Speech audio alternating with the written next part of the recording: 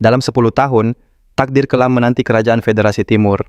Kerajaan itu akan hancur lebur di bawah 5 dosa besar tak menyisakan apapun. Demi mencegah tragedi itu, aku harus mengambil peran sebagai pelindungnya. Meskipun tak pernah terbayang semuanya akan menjadi sekacau ini. Awalnya, aku hanyalah seorang pekerja biasa yang mengabdikan 78 jam seminggu di duniaku. Namun entah bagaimana jiwaku terlempar ke tubuh seorang bangsawan di dunia fantasi. Terdengar seperti anugerah, tapi kenyataannya begitu pahit. Aku buta huruf dan tak punya kekuatan spesial sama sekali. Setidaknya aku harus belajar bahasa di sini. Pikirku, sampai seorang pelayan menatapku bingung karena aku memegang buku terbalik. Saat jamuan makan, tiba para pelayan menyajikan hidangan yang begitu melimpah. Aku pun melahap hidangan itu sambil mencoba meresapi kehidupan baruku. Bahkan saat mandi pun semua dilayani. Ini membuatku sadar menjadi tuan muda dari keluarga Count memang sangat luar biasa. Hari-hariku terasa begitu nyaman seolah melayang di atas awan tanpa beban. Namun ada satu masalah yang sangat besar. Aku sama sekali tidak tahu di mana aku berada. Biasanya jika seseorang masuk ke dunia lain, ia akan tahu tempat itu dari novel atau game yang pernah dimainkannya. Seorang pelayan memberitahu bahwa kedua kakakku, Tuan Muda Leo dan Tonio akan pulang besok dan menyarankanku beristirahat. Ucapan itu justru membuatku semakin bingung. Sang pelayan pun menatap heran bagaimana mungkin tuannya melupakan keluarganya sendiri. Ketika ku coba mengingat nama-nama itu, terasa begitu akrab. Lalu sebuah kesadaran menghantamku. Aku berada di dunia Psychedelia, sebuah game RPG berbasis giliran yang dulu sering kumainkan di waktu senggang. Tapi ada satu hal yang sangat penting. Tak peduli rute mana yang kau pilih saat kelima. Dosa besar muncul wrath, greed, sloth, pride, dan obsession kerajaan, dan seluruh isinya akan tenggelam dalam kekacauan. Keluarga Palacio tempatku berada kini adalah bangsawan ternama yang muncul di misi sampingan sebelum cerita utama dimulai. Putra sulung Leo Palacio dikenal sebagai Raja Hiburan Malam. Sementara putra kedua Tonio dijuluki Raja Obat-obatan Terlarang. Aku langsung terduduk lemas menyadari betapa buruknya tempat ini. Inilah misi sampingan pertama dalam game itu. Saat aku melihat sekeliling bangunan ini, persis seperti di layar game. Keluarga Palacio adalah yang pertama kali hancur akibat 5 dosa besar. Dan diriku aku hanyalah tokoh jahat sampingan. Putra ketiga keluarga Palacio, Alan Palacio. Wajahku tetap tanpa ekspresi meskipun baru saja menyadari bahwa masa depanku suram. Anehnya yang terlintas di benakku, justru jumlah poin pengalaman yang bisa didapat dari misi ini. Saat berbaring rasa takut membuatku tak bisa memejamkan mata. Aku berpikir kembali bekerja 78 jam seminggu jauh lebih baik, karena kemewahan ini hanya akan bertahan 10 tahun. Bagiku kenyataan ini terasa lebih buruk daripada gajiku yang ditunggak selama 6 bulan. Sulit diterima aku terdampar di dunia fantasi sebagai karakter yang tak punya kekuatan sama sekali. Ini berbeda dengan kebanyakan tokoh reinkarnasi. Tapi karena aku tahu masa depan aku bisa bertindak layaknya seorang peramal. Dengan pengetahuan ini, aku bisa mencegah kehancuran dunia dengan menebus kelima dosa besar itu demi kehidupan yang damai. Rencanaku seharusnya bisa berhasil mengingat kelima dosa besar itu sekarang masih anak-anak. Tapi tanpa kekuatan apapun, bagaimana aku bisa melakukannya? 2 bulan kemudian, aku berhasil menyelamatkan beberapa anak yatim dari fasilitas eksperimen manusia. Meskipun aku yang mengatakannya, sebenarnya yang bergerak adalah kesatriaku Evan. Evan melaporkan bahwa pengelolaan panti asuhan itu sudah diserahkan pada seorang gadis bernama Yutia.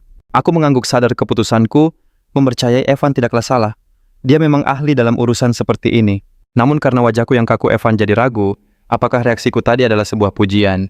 Untuk memperjelasnya, aku mencoba memaksakan sebuah senyuman. Sementara Evan berpikir, sepertinya ia tak akan pernah terbiasa dengan wajah tuannya yang baru. Dulu, Alan sangat ekspresif baik saat sedih maupun senang. Sekarang suasananya terasa begitu berbeda. Bahkan aku sendiri mulai curiga, jangan-jangan saat jiwaku masuk ke tubuh ini yang berubah hanyalah otot wajahnya, hingga aku tak bisa tersenyum normal. Evan akhirnya menganggap reaksi itu sebagai sebuah pujian. Protagonis kita menjelaskan Evan adalah permata langka di dunia yang penuh tipu daya, karena kejujuran dan kesetiaannya yang tak tergoyahkan. Itulah alasan mengapa dia langsung direkrut pada pertemuan pertama mereka. Kembali ke laporan Evan, menyimpulkan tujuan utama penyelamatan anak-anak adalah demi Yutia dan tuannya pun membenarkannya. Evan menambahkan bahwa alasan tersebut sangatlah masuk akal. Instingnya sebagai tentara bayaran merasakan kalau Yutia bukanlah anak sembarangan. Kekuatan gadis itu begitu dahsyat, Evan pun heran mengapa Yutia hanya pasrah saja dikurung. Evan lantas bertanya, mengapa tidak membawanya ke kediaman bangsawan? Potensinya di panti asuhan terasa sia-sia.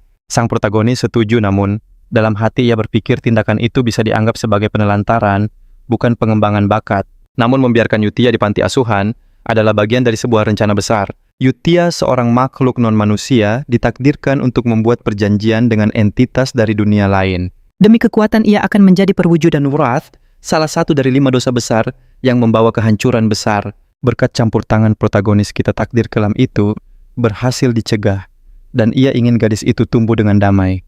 Protagonis kita yakin telah menjinakkan 1 dari 4 bencana besar yang ada. Tak bisa menjelaskan kebenarannya pada Evan, ia hanya berucap misterius, waktunya belum tiba. Rasa penasaran langsung menyelimuti Evan, mencoba menerka makna di balik ucapan tuannya. Namun seperti biasa, Evan punya kesimpulannya sendiri, dan dengan yakin berkata pada tuannya bahwa ia paham. Sang protagonis lalu memerintahkan Evan untuk menjaga semua ini sebagai rahasia dan memastikan panti asuhan mendapat dana yang layak. Ia juga menitipkan sepucuk surat tulisan tangan untuk disampaikan secara pribadi kepada Yutia. Ketika Evan mempertanyakan betapa pentingnya surat tersebut, protagonis kita menjawab dengan santai bahwa ia hanya ingin menanyakan kabar. Tujuannya hanya untuk menenangkan Yutia setelah semua hal berat yang dialaminya. Evan berjanji menyampaikannya, lalu segera memacu kudanya. Sementara itu, sang protagonis merenung akankah surat itu benar-benar bisa menghibur Yutia. Namun pada akhirnya ia merasa tidak ada ruginya untuk mencoba. Niat sesungguhnya di balik surat itu adalah sebuah kutipan rahasia yang sering ia dengar di dalam game. Pada saat Yutia mengamuk dan menghancurkan seluruh kerajaan, seorang uskup agung pernah menyebutkan mantra khusus untuk mendekati makhluk non-manusia yang dikuasai dosa wrath, seperti Yutia. Kalimat itu berbunyi casting a spell of agony, from the dark with the brightness of belonging to the fall. Sejujurnya protagonis kita tak begitu paham artinya, tapi kutipan itu sempat menyentuh hati Yutia sesaat. Seiring berjalannya waktu, Yutia pada akhirnya menyingkirkan sang uskup agung. Bukan mantranya yang gagal, tetapi semuanya sudah terlambat, dan upaya penenangan itu berakhir dengan kehancuran kerajaan. Kini protagonis kita yakin, hasilnya akan berbeda karena kesempatan masih terbuka lebar. Ia merasa setelah berhasil mengatasi wrath, kini saatnya beralih ke target berikutnya. Meski terdengar konyol, ide untuk berteman dengan monster melalui kutipan rahasia itu patut dicoba. Terlebih lagi, para parain sepertinya memuja entitas misterius dari dunia lain. Ia masih mencoba memahami isi pikiran mereka. Mereka tampak seperti para pengikut yang sangat taat. Di tempat lain, Yutia terlihat membaca surat itu dengan ekspresi wajah yang sangat dingin. Hanya dengan melihatnya, Evan bisa merasakan aura mana yang luar biasa besar terpancar dari gadis itu. Situasi ini benar-benar di luar nalar. Menurut Evan, gadis kecil ini adalah makhluk paling aneh yang pernah ia temui seumur hidupnya. Keberadaannya seolah tanpa emosi. Yutia bertanya apakah surat itu benar dari tuannya dan Evan hanya bisa mengangguk. Tiba-tiba Yutia melepaskan mananya dengan liar membuat Evan langsung bersiaga penuh menghadapi amukannya. Kemampuan untuk memadatkan mana menjadi bentuk fisik seperti itu hanya bisa dilakukan oleh mereka yang mencapai tingkat Master Realm. Evan seketika teringat ucapan tuannya yang berkata bahwa waktunya belum tepat untuk bertemu Yutia. Anehnya ucapan itu entah bagaimana berhasil menenangkan amukan gadis tersebut. Yutia mulai mengendalikan dirinya menafsirkan kutipan di surat itu sebagai janji rahasia yang hanya dipahami olehnya dan sang tuan. Sementara itu, Evan hanya bisa terpaku tak mampu memproses apa yang ada di hadapannya. Aura Yutia berubah total. Mode yanderenya aktif sepenuhnya dan ia bersikeras memahami niat sang MC. Gadis ini yang mengingatkan pada penampungan kaum terkutuk adalah perwujudan dosa murka sang putri Ratu Monster Yutia. Di sisi lain, sang MC berpikir bahwa masa hidup mewahnya berhasil diperpanjang untuk sementara waktu. Dalam tidurnya rembulan di langit seolah memberinya kekuatan dan semangat baru. Ia pun bertekad pada dirinya sendiri untuk terus berjuang menyelamatkan anak berikutnya. Esok harinya Alan berada di perpustakaan. Buku-buku seolah sengaja menjatuhkan diri mengejeknya yang tak bisa membaca. Saat ini Alan sedang berburu petunjuk mengenai dosa yang ketiga. Ia menyebut mereka sebagai ranjau darat, tetapi pencarian ini justru membuatnya pening. Evan datang melapor bahwa mereka berhasil menyelamatkan anak kedua berkat informasi lokasi dari Alan. Alan bertanya dengan tenang, "Apa kalian sudah memastikannya diperlakukan dengan baik?" Evan mengangguk menjelaskan bahwa mereka merawatnya dengan penuh kasih setelah menyelamatkannya dari pasar budak. Namun pintu perpustakaan ditendang hancur membuat keduanya terlempar seketika. Pelakunya tak lain adalah Tonyo, putra kedua dari keluarga Palio. Tonyo langsung menyudutkan Alan. "Bagaimana bisa seorang buta huruf sepertimu memegang buku?" Tatapan Alan yang tetap datar membuat situasi itu terasa semakin ironis. Ia sama sekali tak terpengaruh. Saat Tonyo terus mendesaknya, Alan hanya berpikir betapa menyebalkannya orang ini. Ia bahkan sempat membayangkan bagaimana Alan yang asli akan menghadapi situasi seperti ini. Sejujurnya niat untuk melawan sempat terlintas, namun rasa malas dengan cepat mengalahkan segalanya. Akhirnya Alan memilih untuk tetap tenang dan berkata akan pergi jika Tonyo ingin memakai tempat itu. Merasa menang, Tonyo menginjak kepala Alan. Tiba-tiba sebilah pisau melesat dan menancap di dinding. Seseorang baru saja tiba memarahi mereka karena keributan itu. Dia adalah Leopadio, putra sulung keluarga Kaun. Saat kedua kakak beradik itu mulai beradu mulut, Alan memanfaatkan kesempatan untuk merangkak pergi. Ia teringat bahwa di dalam game keluarga Padio, lenyap dengan sangat cepat setelah subquest pertama. Akan tetapi pengaruh dan kekuasaan mereka di dunia ini tampaknya jauh lebih besar dari dugaannya. Pada dasarnya situasi ini adalah perebutan takhta antara dua saudara yang sama-sama busuk. Sang putra sulung dikenal sebagai penguasa dunia bawah tanah dengan julukan Raja Prostitusi. Sementara adiknya mengendalikan kartel narkoba skala besar, membuatnya dijuluki Raja Narkoba. Melihat keduanya, Alan sadar, ia tak boleh terlibat dengan pihak manapun jika ingin hidup tenang. Alan benar-benar merangkak menjauh saat kedua kakaknya saling mengancam, dan Evan mengikutinya seolah itu hal wajar. Ketika Evan merapikan rambutnya, Alan bersumpah akan hidup bahagia sebagai anak yang lemah dan tak berguna. Beberapa saat kemudian, Evan kembali melapor bahwa anak kedua yang mereka selamatkan juga bukanlah sosok biasa. Menatap tuannya yang pemalas, Evan tak habis pikir bagaimana Alan bisa mengetahui semua rahasia gelap kerajaan. Pemikiran itu membuat Evan mulai meragukan seluruh pemahamannya tentang dunia ini. Melihat tuannya yang tampak polos, Evan membayangkan betapa sulitnya Alan mempertahankan ketenangannya. Sementara itu, Alan sendiri hanya menggerutu dalam hati karena benar-benar merasa lelah. Mengalihkan topik, Evan kembali bertanya alasan Alan mengirim anak itu ke panti asuhan. Alan tahu bahwa anak kedua ini sama sekali tidak biasa. Eksistensinya berada di level yang berbeda. Di dalam United Kingdom, wilayah pusatnya adalah kerajaan Kailan, tempat asal anak kedua yang diselamatkan. Anak ini, atau lebih tepatnya bos kedua dalam game, dikenal dengan nama Deas Makalion. Setelah dijual sebagai budak dan diperlakukan dengan keji, Deas bangkit menjadi perwujudan dosa kemalasan. Setelah itu, ia mengamuk dan menghancurkan kerajaan dengan cara paling mengerikan yang bisa dibayangkan. Alur cerita ini membuat banyak pemain terkejut oleh tingkat kekejaman Saidelia, sang dosa kemalasan. Faktanya ironis sekali bahwa Deas justru dikenal sebagai sosok yang sangat pekerja keras. Prinsipnya jelas, setiap perlakuan buruk harus dibayar berkali-kali lipat. Karena itulah, Alan menekankan pada Evan agar memperlakukan Deas dengan kelembutan penuh. Gaya bertarung Deas begitu mengerikan sampai-sampai Alan masih bergidik saat mengingatnya. Demi menjaga auranya yang misterius, Alan hanya berkata pada Evan bahwa anak itu di panti asuhan karena waktunya belum tiba. Evan hanya mengangguk seolah sudah menduga jawaban tersebut. Evan lantas bertanya, apa surat untuk Yutia kali ini ada hubungannya dengan anak itu? Alan mengiyakan meski isi suratnya sama sekali berbeda. Di sana Alan hanya mengeluh pada Yutia soal gangguan para kakaknya. Sejujurnya tingkah laku Alan dalam hal ini terasa cukup menggelitik. Dalam surat itu, Alan berdalih meminta Yutia untuk menjaga anak kedua yang katanya sedang tidak sehat. Sementara itu, di panti asuhan Deas meringkuk menyendiri menutupi tubuhnya yang penuh luka sayatan. Yutia mendekatinya dan bertanya, apakah kau merasa dirimu telah rusak? Ia menduga organisasi Black Geek adalah pelakunya dan nama itu saja sudah cukup memancing reaksi keras Deas. Dengan tatapan tajam Yutia berkata, meski Deas hancur, ia adalah sosok yang terpilih. Ia memberi selamat pada Deas karena telah dipilih oleh Blue Moon, nama sandi yang mereka gunakan untuk Alan. Yutia tampaknya sedang membangun organisasi dengan Alan sebagai pusatnya. Ia berjanji selama Deas setia, jalan untuk balas dendam akan terbuka lebar. Mendengar janji itu, sesuatu yang terpendam mulai bangkit dalam diri Deas. Entah itu kekuatan sihir atau mungkin Authority of Sloth yang terkenal itu.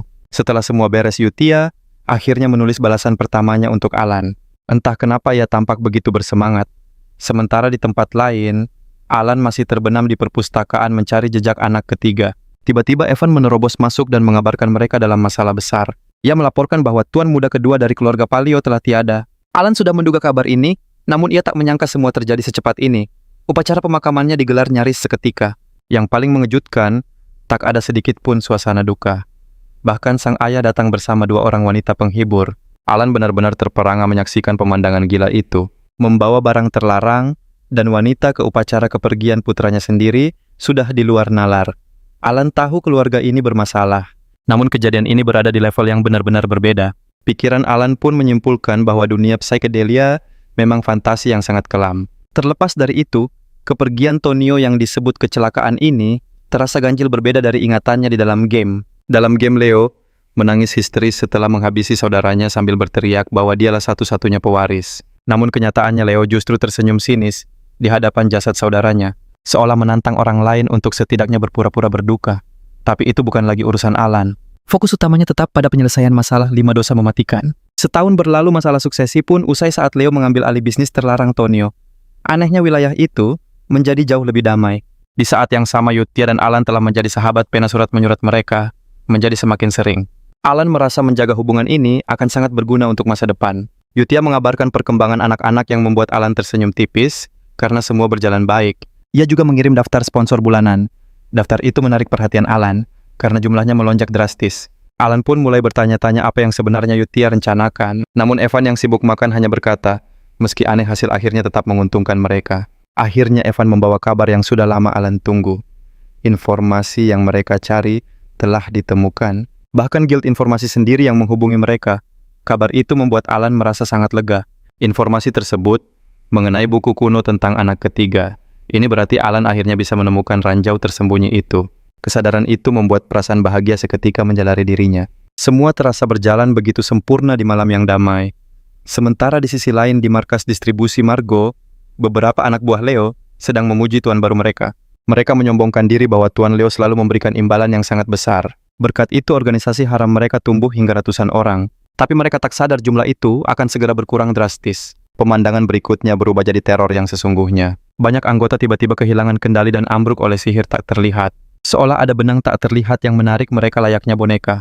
Dalangnya tak lain adalah anak buah Alan, Yutia, dan Deas. Dengan sihir khasnya Deas, seorang diri melenyapkan mereka semua. Setelahnya Deas menatap Yutia, apa gunanya menyingkirkan para rendahan ini? Yutia malah bertanya, apa kau kasihan pada mereka? Deas menyangkalnya tanpa ragu, terlebih mereka memanfaatkan nyawa manusia untuk membuat obat terlarang. Baginya ini bukanlah sebuah urusan balas dendam pribadi, tapi Yutia menjelaskan sambil melepas sihirnya semua ini demi kembalinya sang tuan. Mereka membersihkan sampah di wilayah Count agar jalan Alan sebagai pewaris sudah bersih. Sambil tersenyum megah, Yutia berkata, bagaimana mungkin mereka menyambutnya di tempat kumuh. Deas menjawab mengerti meski tak sepenuhnya paham makna di baliknya. Mereka memperlakukan Alan Buck-Ains dari Overlord atau Shadow dari Eminence. Yutia mengukir simbol di tanah dengan sihirnya. Sambil melesat pergi, ia menyatakan semua akan berjalan sesuai kehendaknya. Ledakan mana yang dahsyat meninggalkan bekas berbentuk bulan sabit. Yutia lalu menambahkan merekalah Blue Moon yang ditakdirkan menjadi pedangnya. Atmosfernya mirip seperti Eminence in Shadow. Sudah 2 tahun Alan dan Yutia bersahabat pena, sementara Evan bekerja keras melacak dosa lainnya. Dalam kondisi di ambang batasnya. Ia pun ambruk di rumput di tempat sihir Alan pernah memulihkan tubuhnya. Evan membawa kabar baik mereka menemukan anak kelima dan mengirimnya ke panti. Sebuah pencapaian yang menyentuh hati Alan. Walaupun wajah datarnya tak menunjukkan apa-apa. Apa-apa. Alan menjelaskan dalam 2 tahun ia menyelamatkan 3 anak lainnya. Artinya kelima dosa telah terkumpul. Untuk merayakan kerja keras Evan, Alan mentraktirnya kue dan camilan, sambil berkata kalau menemukan dosa ketiga adalah yang tersulit. Berkat Evan yang lembur menggunakan pengetahuan gamenya semua berjalan lancar. Ia pun memuji kerja Evan yang luar biasa. Kini setelah misi selesai, Alan akhirnya bisa bernapas lega. Evan bertanya, berarti urusan panti asuhan sudah selesai. Alan pun membenarkannya. Evan menghela napas lega, lalu bertanya kenapa Alan tak terlihat lebih bahagia. Alan bersikeras kalau ia sangat senang. Tapi Evan menunjuk wajah Alan yang sama sekali tak menunjukkan itu. Alan membela diri mengatakan kalau saat ini ia sedang tersenyum. Kamera menyorot mulut Alan, dan tak ada senyum sama sekali. Bahkan bukan sebuah seringai tipis. Tapi Evan sudah terbiasa dengan hal itu, dan memilih tak memedulikannya. Sambil berbincang Alan merenung tak menyangka semua akan berjalan semulus ini. Lagi pula para bos psikedelia menjadi 5 dosa besar, karena masa lalu mereka yang kelam. Walaupun ini terjadi sebelum mereka berubah menjadi dosa, kemungkinan menyelamatkan mereka semua sebelum tragedi itu terjadi sangatlah kecil. Alan juga sempat khawatir ia akan terlambat, dan mereka sudah terlalu hancur untuk diselamatkan. Ia bertanya pada Evan soal kondisi panti, dan Evan memberinya sepucuk surat. Isinya menyatakan semua berjalan seperti biasa. Anak-anak yang tadinya seperti boneka tak bernyawa kini, menjadi jauh lebih ceria. Alan berkomentar kalau begitu mereka tak perlu pengasuh tambahan. Meski begitu, ia tak menyangka Yutia bisa melakukan pekerjaan hebat di panti asuhan. Alan jadi bertanya-tanya apa latar belakang Yutia ada hubungannya. Di dalam game Yutia memang punya ikatan batin dengan tempat itu. Pikiran itu membuat Alan bergumam kalau Yutia sebenarnya orang baik dengan caranya sendiri. Namun Evan mendesak Alan, menyuruhnya segera membaca surat itu, kalau ada kabar krusial. Di surat berikutnya Yutia merinci keadaan para anak-anak itu, satu demi satu. Yutia menyebut mereka tumbuh sehat, jadi Alan tak perlu cemas, terutama soal Deas yang sedikit berbeda. Yutia meyakinkan semua anak menunjukkan kemajuan luar biasa, membuat senyum langka yang hangat terukir di wajah Alan. Alan pun mengakui ia hanya turut bahagia menyaksikan mereka tumbuh dengan baik. Dalam hati ia berpikir mungkinkah lingkungan panti asuhan jadi faktor utama melihat perkembangan mereka yang begitu pesat. Lalu Evan melontarkan pertanyaan penting, kapan Alan akan menemui anak-anak itu? Alan selalu menjawab, suatu saat nanti, meski hatinya mengakui belum ada niat menemuinya dalam waktu dekat. Ia membayangkan mungkin akan menyenangkan jika berada di dekat mereka. Tapi kepribadian anak-anak itu bukanlah hal yang siap ia hadapi saat ini. Sejujurnya pemikiran itu tak salah. Mengingat sisi buas mereka di dalam game keraguan Alan sangatlah wajar. Mungkin karena proses mengerikan yang mengubah mereka menjadi para Sins. Tapi Alan yakin seharusnya takkan seburuk itu karena ia sudah menyelamatkan mereka sebelum insiden terjadi. Namun secercah ketakutan tetap menyelinap hanya dengan membayangkannya. Karena itulah Alan berkata pada Evan, ia kemungkinan akan menemui mereka dalam 5 tahun lagi. Terlepas dari semua itu, Alan sadar yang paling ia butuhkan sekarang adalah kekuatan untuk melindungi diri di dunia fantasi yang kelam ini. Dan sihir adalah jawabannya. Saat berlatih, ia bersyukur karena tubuh barunya ini punya bakat sihir alami.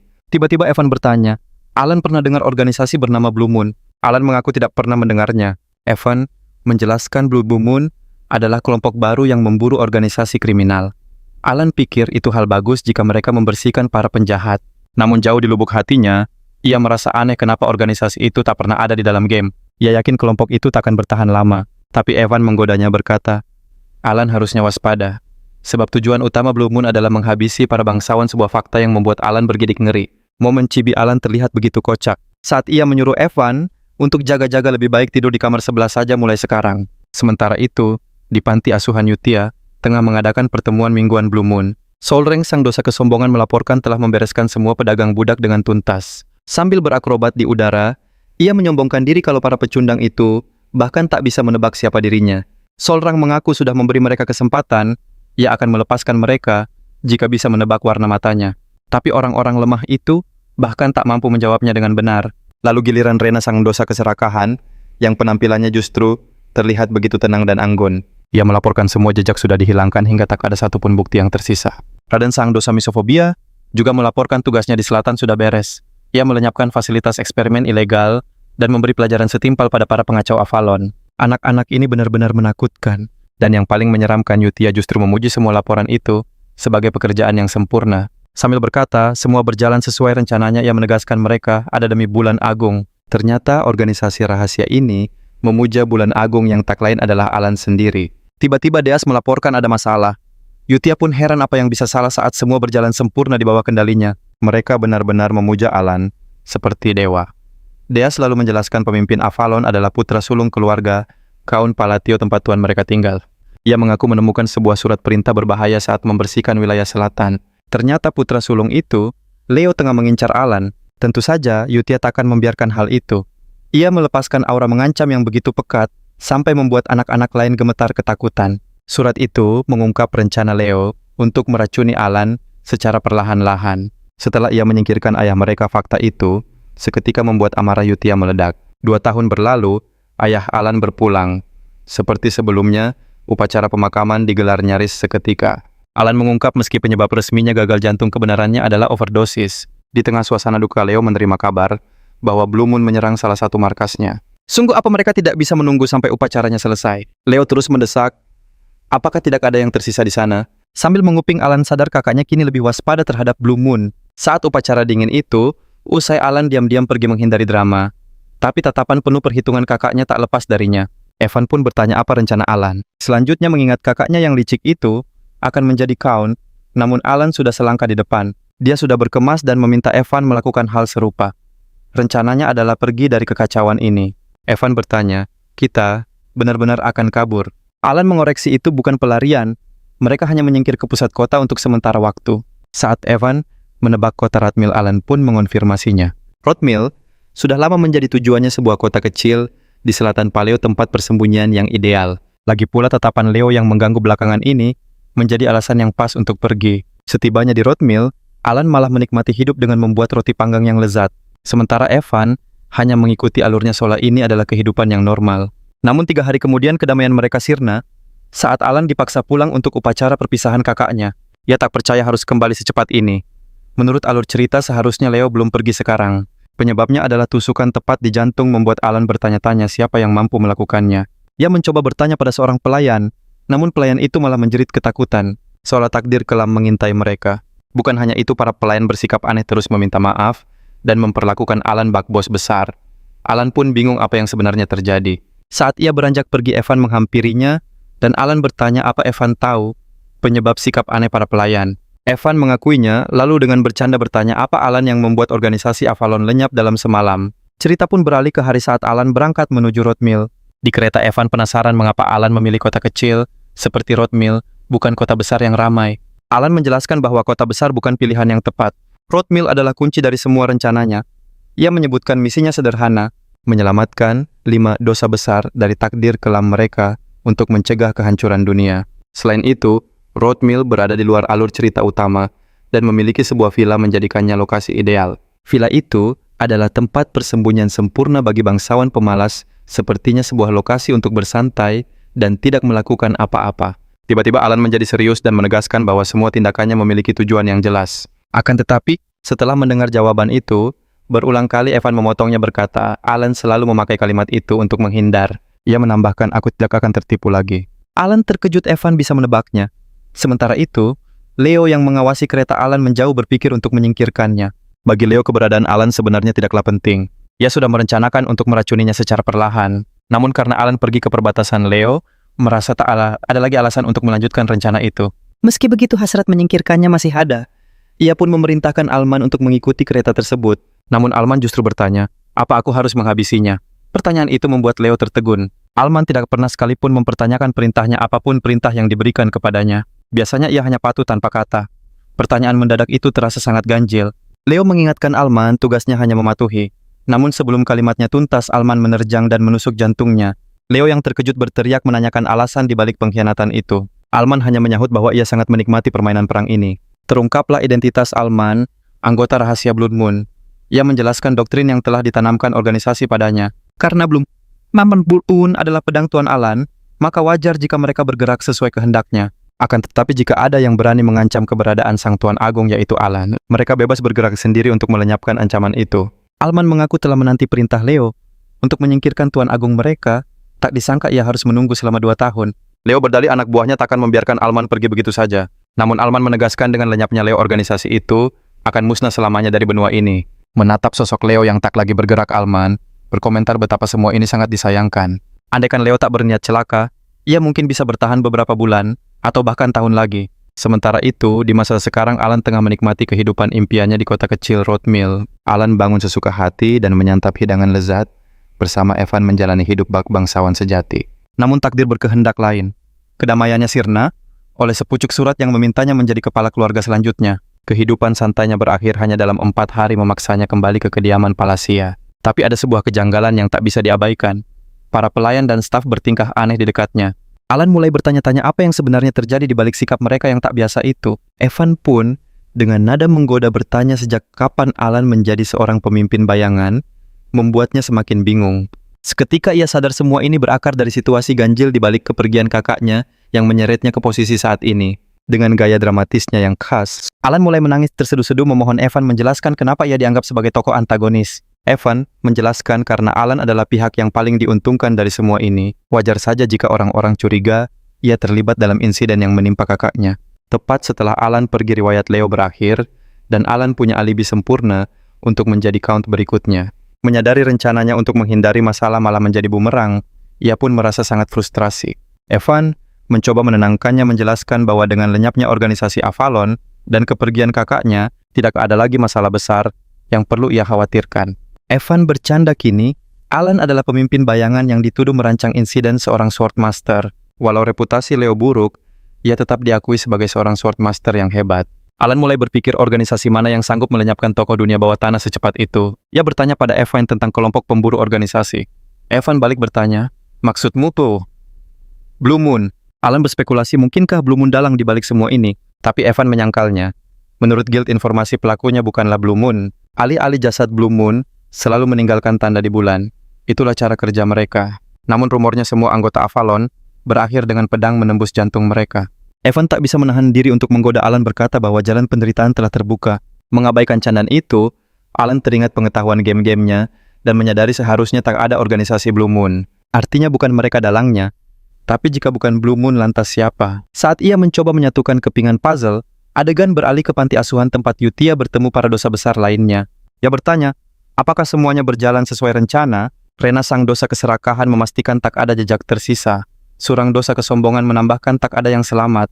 Deas ikut menyahut ia telah melenyapkan 486 prajurit Avalon. Sihirnya tampak luar biasa bak kupu-kupu indah yang terperangkap dalam jaring laba-laba. Lalu Raden Dosa Kebencian juga mengonfirmasi bahwa semua penjahat telah disingkirkan tanpa sisa.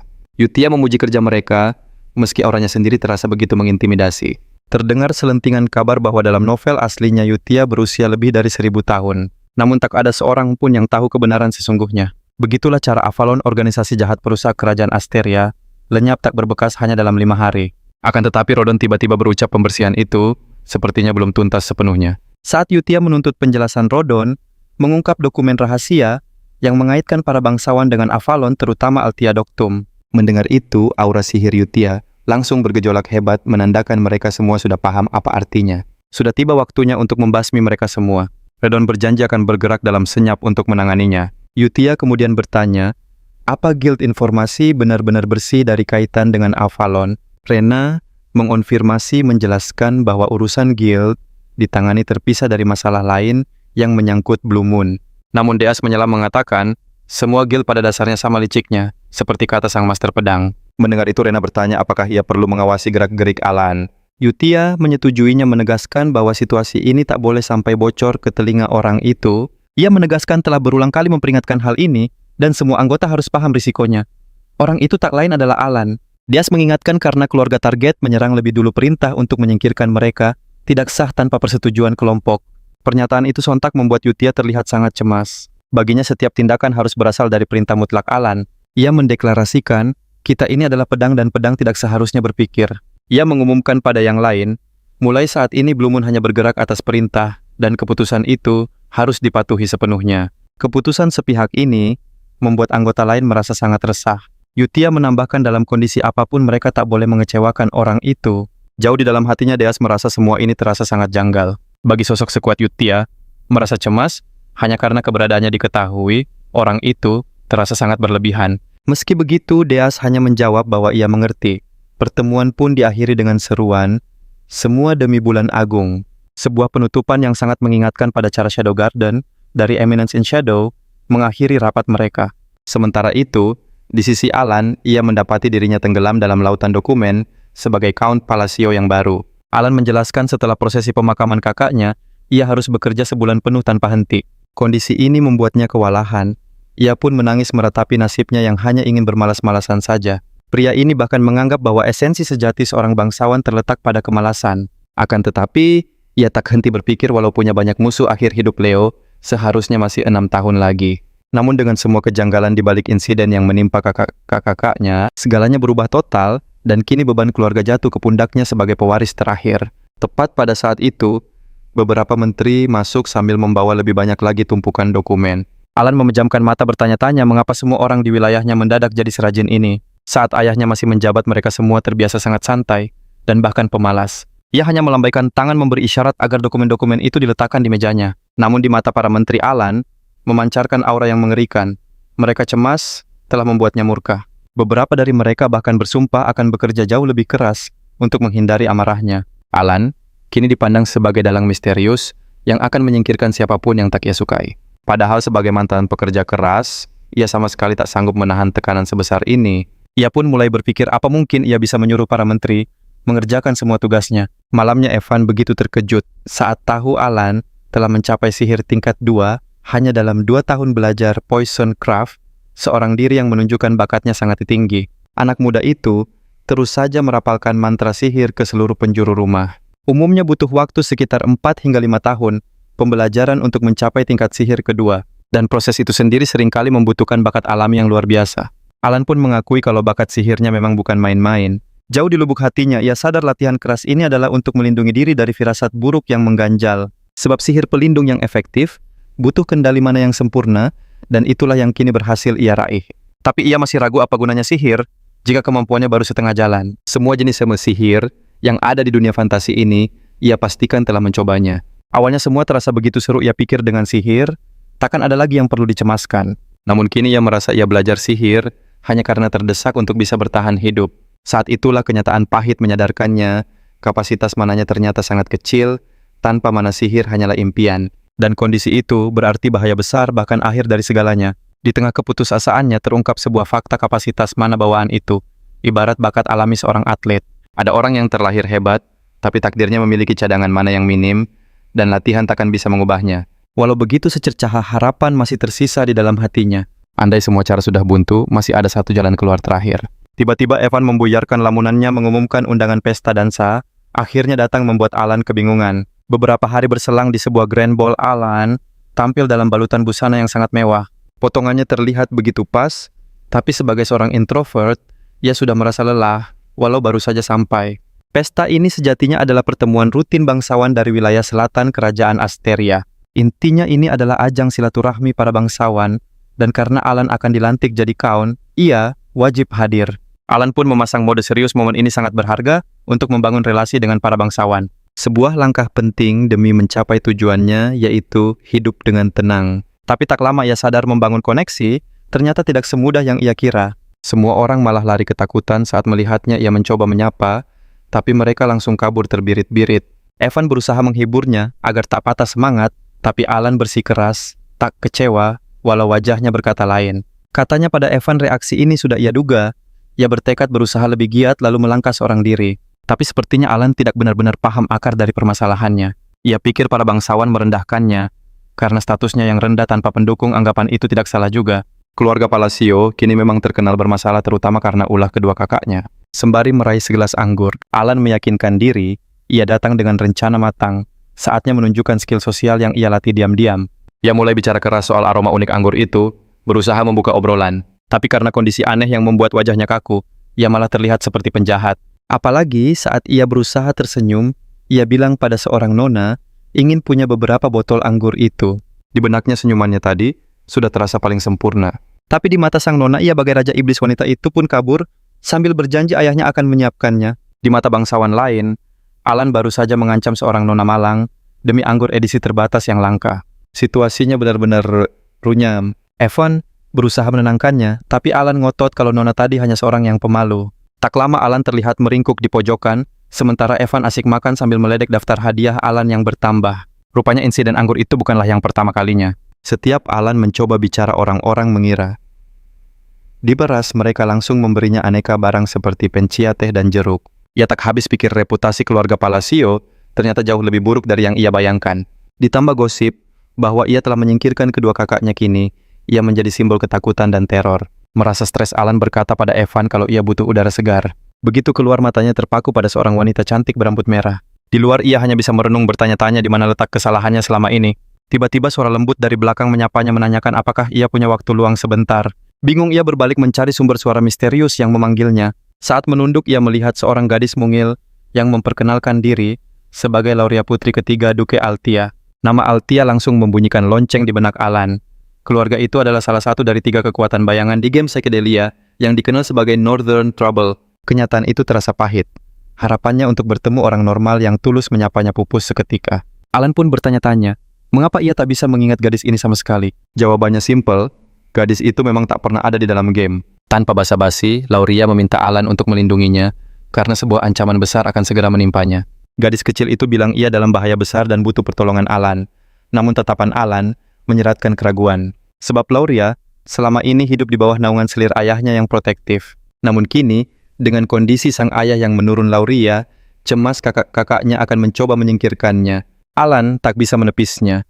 Kisah Lauria terasa begitu mirip dengan masa lalunya sendiri. Menatap gadis kecil itu, sebuah kesadaran menghantam Alan. Ia akhirnya paham kenapa tak mengenal Lauria dari game. Kemungkinan besar Lauria telah tiada sejak awal cerita, sehingga tak pernah muncul. Dengan wajah imutnya Lauria memohon. Ia yakin kekuatan Alan bisa mengubah takdirnya. Tetapi Alan menolaknya dengan tegas. Tak menyerah, Lauria menegaskan ia membawa penawaran. Jika Alan mau menolongnya, Lauria menjanjikan separuh kekayaan keluarga Altia sebagai imbalan. Meski begitu, Alan tetap beranjak pergi, menyisakan sedikit rasa kasihan di hatinya. Jauh di lubuk hatinya, Alan tahu ia sendiri kesulitan mengendalikan sihirnya.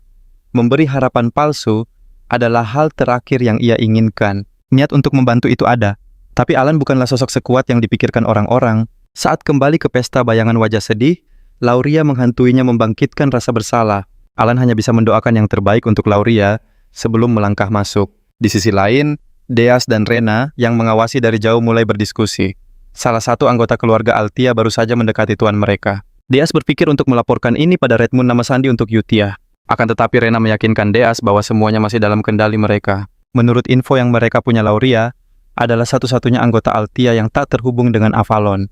Itu berarti posisi Lauria cukup aman karena Ronan telah bergerak untuk mengurus anggota keluarga yang lain. Perintah dari Redmond sudah jelas. Sisa keluarga Altia akan segera dibereskan seluruhnya. Rena menambahkan misi utama mereka sekarang adalah menjaga Alan agar tak tahu apapun soal insiden Avalon. Sementara itu Alan yang tak tahu apa-apa heran kenapa semua orang seolah menjauhinya. Apa jangan-jangan ada semacam aura tak terlihat yang membuat orang enggan mendekat. Tiba-tiba wanita berambut merah yang tadi muncul kembali. Hal itu sontak membuat Alan tersenyum lega. Lebih tepatnya sebuah senyum batin. Tak disangka ada yang menyadari kehadirannya di sini. Alan berharap mungkin kali ini ia akhirnya bisa mengobrol seperti orang normal. Tapi saat berbalik Alan sadar wanita ini bukanlah orang sembarangan. Dia adalah pemain bayangan lainnya. Wajah itu Alan ingat pernah melihatnya di dalam game. Seketika Alan sadar takkan ada orang normal yang mendekatinya tanpa membawa masalah. Alan menyapanya lebih dulu Lady Zenonia. Sontak wanita itu terperanjat. Bagaimana ia bisa tahu namanya Alan? Hanya menjawab kalau wanita itu cukup tersohor. Di kerajaan Asteria ada 3 keluarga pemain bayangan. Altia di utara, Palatio di timur, dan Zenonia di barat. Dan wanita memesona di hadapannya adalah Kalia, putri sulung dari Count Zenonia. Kalia bertanya apa ia memang setenar itu. Alan lalu menjelaskan keluarga Zenonia beroperasi sebagai sindikat kriminal yang cerdik. Membayangkannya saja sudah cukup membuat bulu kuduk berdiri. Alan menegaskan pada dirinya sendiri yang ia butuhkan adalah koneksi solid untuk hidup damai. Demi kehidupan santai impiannya ia harus menjaga jarak dari wanita cantik dan berbahaya ini. Sambil membungkuk sopan, Alan memujinya sebuah pujian yang terasa seperti salam perpisahan. Tapi wanita itu menahannya mengatakan, ada suatu hal yang ingin ia sampaikan. Alan membalas ia juga mau, tapi terlalu banyak pasang mata yang mengawasi mereka. Alan berharap wanita itu segera pergi. Sambil tersenyum misterius, ia berbisik, kau persis seperti yang kudengar. Wanita itu menambahkan kalau ia menantikan pertemuan mereka yang berikutnya. Lalu ia menghilang meninggalkan Alan yang diliputi kebingungan. Melihatnya menjauh, Alan bertanya-tanya maksud ucapan tadi. Rasanya seperti sebuah kode, tapi ia memilih tak memikirkannya. Di sisi lain, Rena dan Deas yang mengawasi dari jauh merasa lega. Misi mereka membuat Alan tak tahu apa-apa berjalan lancar. Tapi Deas menyadari ada satu masalah lain. Di luar jendela tampak seseorang yang sudah lama mengintai Alan. Keduanya pun segera bergerak untuk mengatasi ancaman itu. Esok harinya Alan dan Evan sudah di dalam hutan. Evan bertanya, kau yakin sekali ini ngarai yang kita cari? Evan menunjuk ke langit padahal matahari bersinar terik di siang hari. Anehnya ngarai di depan mereka justru tampak gelap gulita. Namun Alan sama sekali tidak peduli dengan kejanggalan itu. Sebaliknya ia justru sangat bersemangat karena akhirnya menemukan tujuannya. Saat masuk lebih dalam Alan berkelakar. Kalau tempat ini kosong lagi, aku bisa-bisa menangis. Tapi saat simbol kuno terlihat di dinding, Alan tahu mereka berada di tempat yang benar. Alan menjelaskan di dalam permainan menemukan tempat ini sangatlah mudah. Jujur saja, alasan utamanya pergi ke selatan dengan dali pesta adalah demi labirin ini. Nama labirin ini adalah Labyrinth of Whispers. Jika berhasil memecahkan teka-teki, di 8 ruangannya hadiahnya adalah sebuah artefak berkekuatan dahsyat. Itulah yang diincar Alan. Ia mengaku sudah hafal semua rute dan teka-tekinya. Akhirnya mereka tiba di depan sebuah pintu raksasa. Alan mengakui melihatnya langsung jauh lebih menakjubkan. Rasanya jauh lebih nyata dibanding saat di dalam permainan. Di permainan Alan sudah sering menaklukkannya. Evan pun heran bagaimana tuannya bisa tahu tempat seperti ini. Tanpa sadar Alan menjawab kalau ia sering kemari membuat Evan semakin bingung. Sadar ucapannya aneh, Alan buru-buru bilang itu hanya candaan, lalu mengajak Evan masuk. Begitu masuk, monster dan golem tangan raksasa menyambut mereka, siap meremukan mereka kapan saja. Evan jadi berpikir apa makhluk-makhluk ini adalah bagian dari teka-teki labirin. Dan jika Alan sampai salah menjawab teka-tekinya, tangan-tangan raksasa itu tak akan memberi ampun. Tapi Alan tetap tenang dan mulai memecahkan teka-teki. Evan tak habis pikir bagaimana ia bisa setenang itu. Mereka sudah bersama 4 tahun. Namun sampai sekarang ia sama sekali tak bisa memahami Alan. Mulai dari menolong anak yatim, melunasi utang orang asing, membebaskan budak, hingga mengirim pesan-pesan aneh. Semua tindakan itu membuat Alan terlihat sangat misterius di mata Evan. Melihat Alan memecahkan teka-teki semudah itu, Evan semakin bertanya-tanya, bagaimana mungkin? Tuannya ini hampir tak pernah keluar rumah, tapi ia tahu segalanya tentang labirin ini. Tapi Evan sadar alasan ia terus setia pada tuannya yang penuh misteri itu sebenarnya sederhana. Apapun yang Alan lakukan, entah bagaimana hasilnya selalu baik. Mereka akhirnya berhasil masuk lebih dalam. Tapi bayangan mengerikan dari permainan itu masih terlintas di benak Alan membuatnya merasa mual. Namun saat memasuki ruang penuh harta, mata Alan langsung tertuju pada patung tangan dengan banyak cincin. Ia menegaskan tujuan mereka adalah cincin hitam. Ia memaksa mereka mengambilnya dan segera pergi. Sementara itu, Evan yang sibuk mengisi kantongnya dengan emas heran kenapa Alan menginginkan cincin yang terlihat paling tak berharga. Alan menjelaskan benda lain hanya akan membawa masalah. Dalam hati Alan tahu, ia akhirnya mendapatkan cincin Oath of Restraint. Saat mereka berbalik untuk pergi, Alan merasa sangat puas dengan pencapaiannya. Ia berpikir berkat pengetahuannya, dari permainan semua ini terasa begitu mudah. Tapi mendadak firasat buruk menyelimuti Evan. Tumpukan batu di ngarai itu ternyata adalah golem. Makhluk-makhluk itu mulai bangkit. Dengan cemas Evan langsung bersiaga untuk bertarung. Golem-golem ini adalah ancaman yang tak terduga, sebuah skenario terburuk baginya. Ia rela mengorbankan nyawanya asalkan tuan mudanya bisa selamat dari sini. Namun Alan melangkah maju menyuruh Evan mundur. Biar aku yang hadapi mereka, ucapnya. Saat para golem bersiap menyerbu, Evan mendesak Alan untuk segera mencari celah kabur. Para golem makin dekat, Evan berteriak sihir tingkat 2 milik Alan takkan mempan. Tapi Alan hanya berdiri tegak penuh dengan keyakinan yang tak tergoyahkan. Ia mengaktifkan sumpah pengekangan membuat cincin hitamnya bereaksi. Waktu seakan melambat dan ia terlempar ke dimensi lain. Sebuah suara bergema mengaku sebagai fragmen dari kehendak Agung Nasila. Suara itu meminta Alan menyebutkan 2 batasan yang akan ia pasang pada dirinya sendiri. Situasi ini begitu menegangkan. Di dalam game ini, hanyalah sebuah jendela pilihan. Kini mendengar suara misterius dan melihat wajah raksasa di kehampaan kosmik terasa sangat menekan. Sumpah pengekangan adalah artefak tipe penyerapan. Artefak ini menukar batasan diri dengan kekuatan. Namun tekanan dari suara itu saja sudah membuat Alan gemetar. Suara itu kembali mendesaknya untuk menyatakan batasan yang pertama. Dengan segel tangan, Alan bersumpah akan selalu memakai segel tangan Babilonia saat memakai sihir. Suara itu bertanya imbalan apa yang ia inginkan. Alan menjawab, kemampuan untuk sedikit membengkokkan hukum dunia. Permintaan Alan pun langsung dikabulkan. Untuk batasan kedua, Alan berjanji akan selalu merapal rantai Babilonia lengkap saat bersiap. Saat ditanya imbalannya, Alan dengan berani menjawab, kekuatan yang lebih dahsyat untuk menentang hukum dunia. Jawaban itu membuat entitas misterius tersebut terhenyak sejenak. Alan mulai cemas, jangan-jangan ia telah salah langkah, apalagi entitas itu terdiam cukup lama. Ia bahkan meniru ikon skill dari game untuk berjaga-jaga. Kombinasi segel tangan dan rapalan ini adalah kunci kekuatan sihir tertinggi. Berkat pengalamannya bermain game berkali-kali, Alan sudah hafal semua kombinasi yang ada. Rencana ini seharusnya tidak akan gagal. Akhirnya entitas itu bicara lagi dan mengonfirmasi bahwa batasannya telah diterima. Ia berterima kasih pada manusia yang mengingat semua isyarat dan misteri dewa yang terlupakan. Alan bingung, tapi ia sadar cincinnya mulai terserap. Semua batasan telah berhasil diterapkan. Entitas itu menutup percakapan mengatakan akan selalu mengawasi Alan sang pewaris kehendaknya. Entah apa maksud dari perkataan itu. Waktu kembali normal tepat saat para golem menyerang. Evan bergegas hendak melindungi Alan. Namun Alan tetap tenang dan mulai merapal mantra. Ia terkekeh teringat betapa kerennya sihir ini di dalam game. Tapi kini dengan mana yang terbatas ukurannya tampak kecil. Ia mengumpulkan sihir itu di tangannya. Ia sadar sekeras apapun usahanya, inilah batas kekuatannya saat ini. Tapi sekarang saatnya menguji batasan barunya. Sihirnya tampak jauh lebih megah. Dengan pose yang keren, ia mulai merapal mantra. Kata pertama, refraction. Sihir pun mulai terbentuk, disusul kata repulsion. Kekuatannya membesar menjadi bola cahaya biru elektrik yang menyilaukan dan berukuran raksasa. Dengan segel tangan ia menambahkan arah pada sihirnya, lalu melepaskannya dengan mantap. Gayanya begitu epik mengingatkan pada Gojo yang melepas Hollow Purple. Evan terpana melihat kekuatan dahsyat itu. Sambaran petir itu melenyapkan semua golem menjadi debu. Setelah semua usai, Evan masih tak percaya pada penglihatannya. Apa yang barusan terjadi? Tanyanya. Apakah Tuan Muda menyembunyikan kekuatan? Alan hanya menggeleng. Evan berkata selama 15 tahun jadi tentara bayaran, ia tak pernah melihat yang seperti ini. Ia lalu bertanya apa Alan yakin itu tadi hanyalah sihir tingkat 2 biasa. Alan mengiyakannya.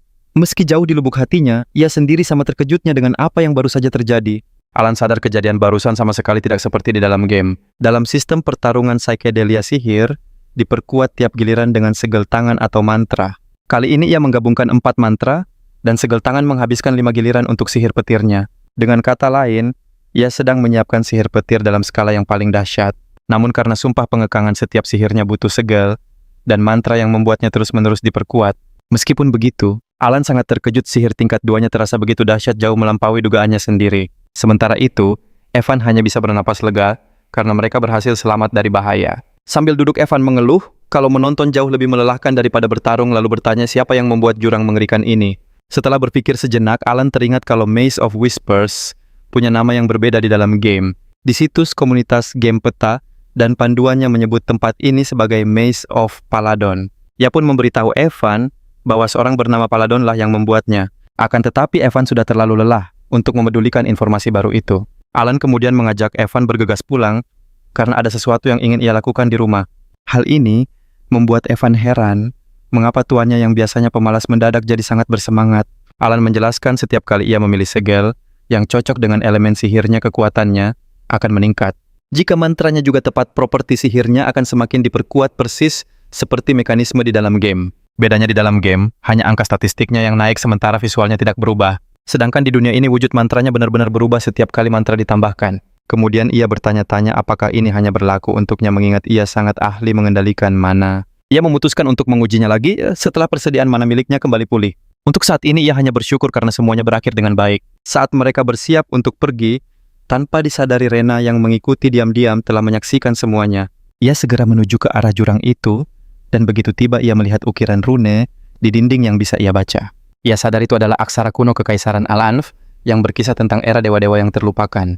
Matanya lalu menangkap ukiran lain di sudut yang ia artikan sebagai untuk sahabatku yang akan ditinggal oleh Palen si pengecut.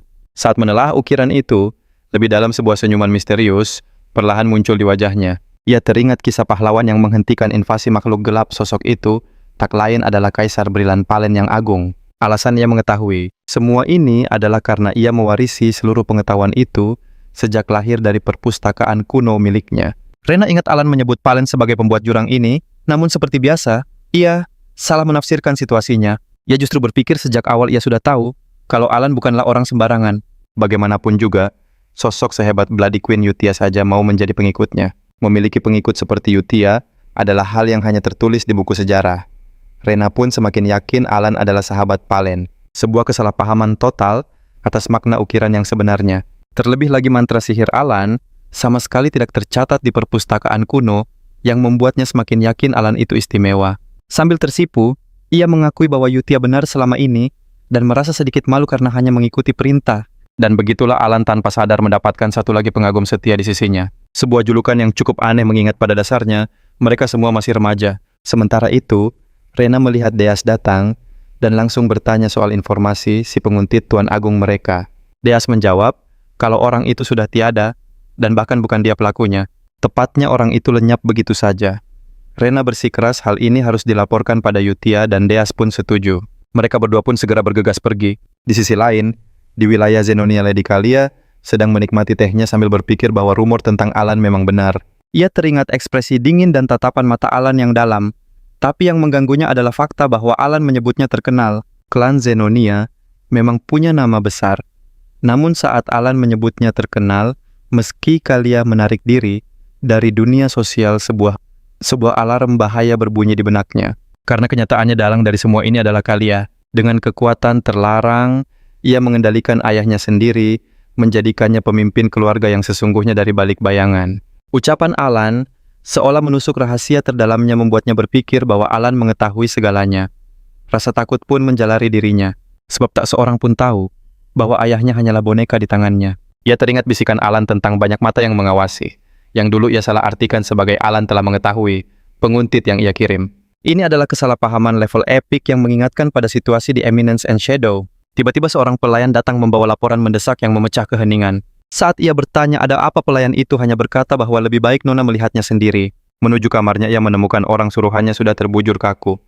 Sang pelayan menjelaskan segel di tubuhnya utuh, artinya tidak ada rahasia yang bocor. Namun Kalia langsung sadar, si pembunuh sengaja mengantarkan jasad ini sebagai pesan untuknya. Dengan frustrasi ia bertanya-tanya, bagaimana bisa Alan mengetahui semua rencananya? Dan lagi-lagi Alan menjadi pusat dari kesalahpahaman yang luar biasa. Di malam yang sama di kediaman Altia Lauria, diselimuti kegelisahan. Perasaannya tentang Alan semakin menguat. Dia adalah sosok berbahaya yang tak boleh diremehkan.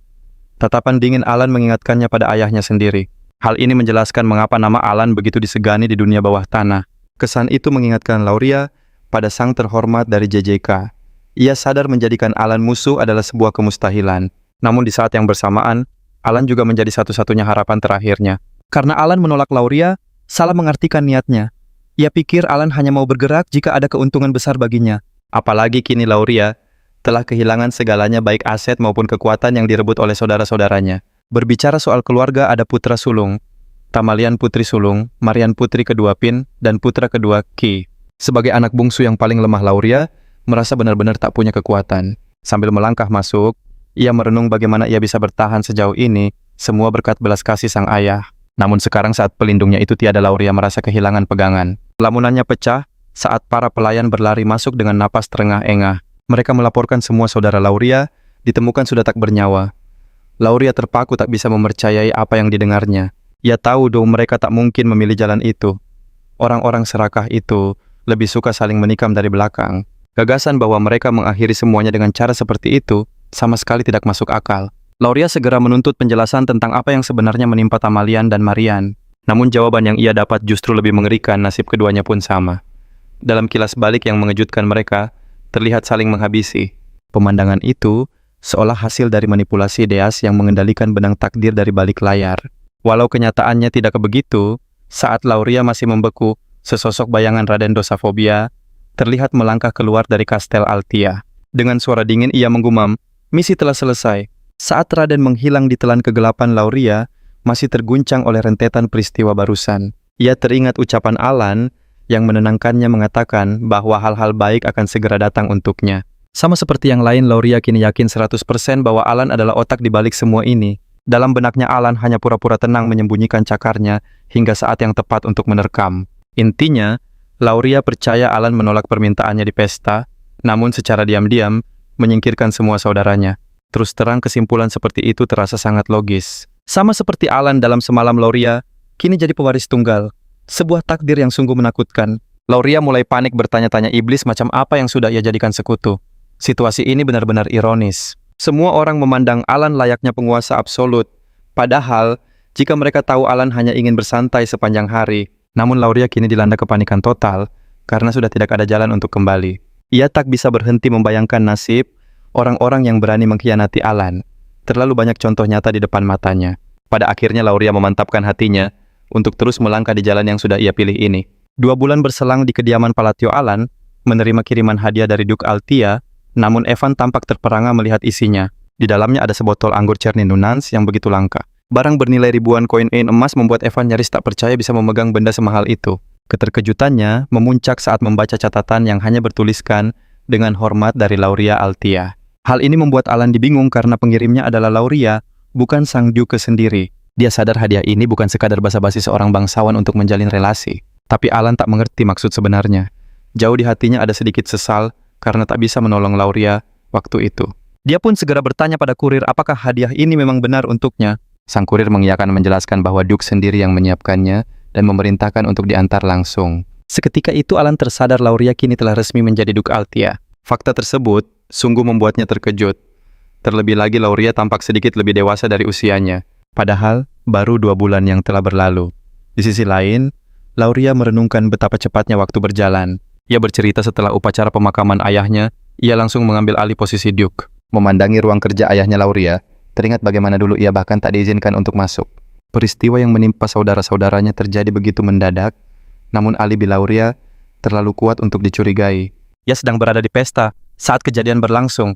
Ia juga teringat bagaimana saudara-saudaranya telah menghancurkan organisasi rahasianya. Saat kembali ke kediamannya, Lauria merasa begitu tak berdaya. Kini ia sadar bahwa semua ini adalah pembalikan takdir yang tak terduga. Dalam benak Lauria, Alan memilih waktu yang sempurna untuk menyingkirkan saudara-saudaranya, bahkan memberinya alibi. Hal ini membuat Lauria semakin yakin bahwa Alan adalah seorang perencana yang luar biasa. Bagi Lauria, Alan hanya berpura-pura tak peduli di pesta malam itu. Padahal di balik layar ia sibuk membereskan segalanya. Situasi ini terasa seperti skenario seorang penguasa bayangan. Orang-orang benar-benar mengangkat Alan menjadi legenda. Lauria pun bertanya-tanya sejauh mana Alan bisa melihat masa depan. Ia sengaja tidak menyinggung soal pemakaman ayahnya kepada Alan karena tak ingin menambah beban pikirannya. Pada akhirnya Lauria menyimpulkan Alan menolongnya karena membutuhkan Altia Dukum untuk rencana besarnya. Ia sadar meski telah menyatukan semua organisasi kekuatannya, tak sebanding dengan pengaruh tersembunyi milik Alan. Ini hanya berarti satu hal, Alan pasti menginginkan sesuatu darinya. Lauria tahu Alan adalah Palasio tokoh besar dunia bawah yang membangun kekuasaan lewat bisnis. Lauria bertanya-tanya apakah masih ada yang bisa ia tawarkan pada Alan, atau mungkin Alan membutuhkan nama Altia untuk terus mengendalikan panggung politik dari balik bayangan. Namun untuk saat ini Lauria memutuskan untuk fokus pada tugasnya sendiri. Ia yakin sosok bergelar yang terhormat itu akan segera menghubunginya. Dan begitu saja Alan menambahkan satu lagi anak bermasalah ke panti asuhannya. Sejujurnya julukan itu terdengar sangat keren. Dengan wajah memerah Lauria, berharap Alan menghargai hadiah dan rasa terima kasih yang ia kirimkan. Ya, segalanya benar-benar mulai bergerak di luar kendali. Kembali ke Alan sang kurir, pergi meninggalkannya dalam kebingungan. Ia merenungkan bagaimana Lauria, yang dulu terancam kini telah menjadi seorang Duke. Evan pun ikut bingung dengan apa yang sebenarnya terjadi. Namun Alan merasakan ada sesuatu yang janggal. Beberapa bulan berlalu, 5 tahun sebelum kisah utama dimulai, dan Alan telah tumbuh menjadi lebih dewasa. Saat Evan menghampirinya, ia bertanya apakah sekarang harus memanggil Alan dengan sebutan Count. Namun Alan menenangkannya dan berkata, Evan boleh memanggilnya apa saja karena upacara pewarisan belum dilakukan. Meskipun begitu, selama 1 tahun terakhir, Alan sudah bertindak sebagai Count, membuat upacara itu terasa tak begitu penting. Jauh di lubuk hati Alan mulai merasa sedikit melankolis. Ia sadar sejak awal tak pernah berniat menjadi seorang Count. Rencana awalnya begitu sederhana. Bocah itu bahkan sempat menulis beberapa aturan hidup, menghindari perang suksesi menetap di Rothmill, dan memulai petualangan kuliner. Meski begitu, Alan kembali menyemangati dirinya sendiri. Kini setelah terbiasa dengan perannya, ia merasa bisa benar-benar menikmati statusnya sebagai bangsawan. Dan benar saja keseimbangan kerja dan waktu santai terasa jauh lebih nikmat dari dugaannya. Tak lama Evan datang membawa sepucuk surat. Katanya surat itu dari Yutia. Sambil melangkah masuk, Alan bertanya pada Evan, adakah petunjuk tentang dalang di balik kepergian kakaknya Leo? Sayangnya Evan menggeleng. Belum ada titik terang sama sekali. Meski begitu, Evan meminta Alan bersabar karena tim informasi Guild masih terus bekerja keras. Inilah alasan mengapa Yutia begitu cemas, meminta yang lain agar Alan tak tahu merekalah dalang di balik insiden Leo.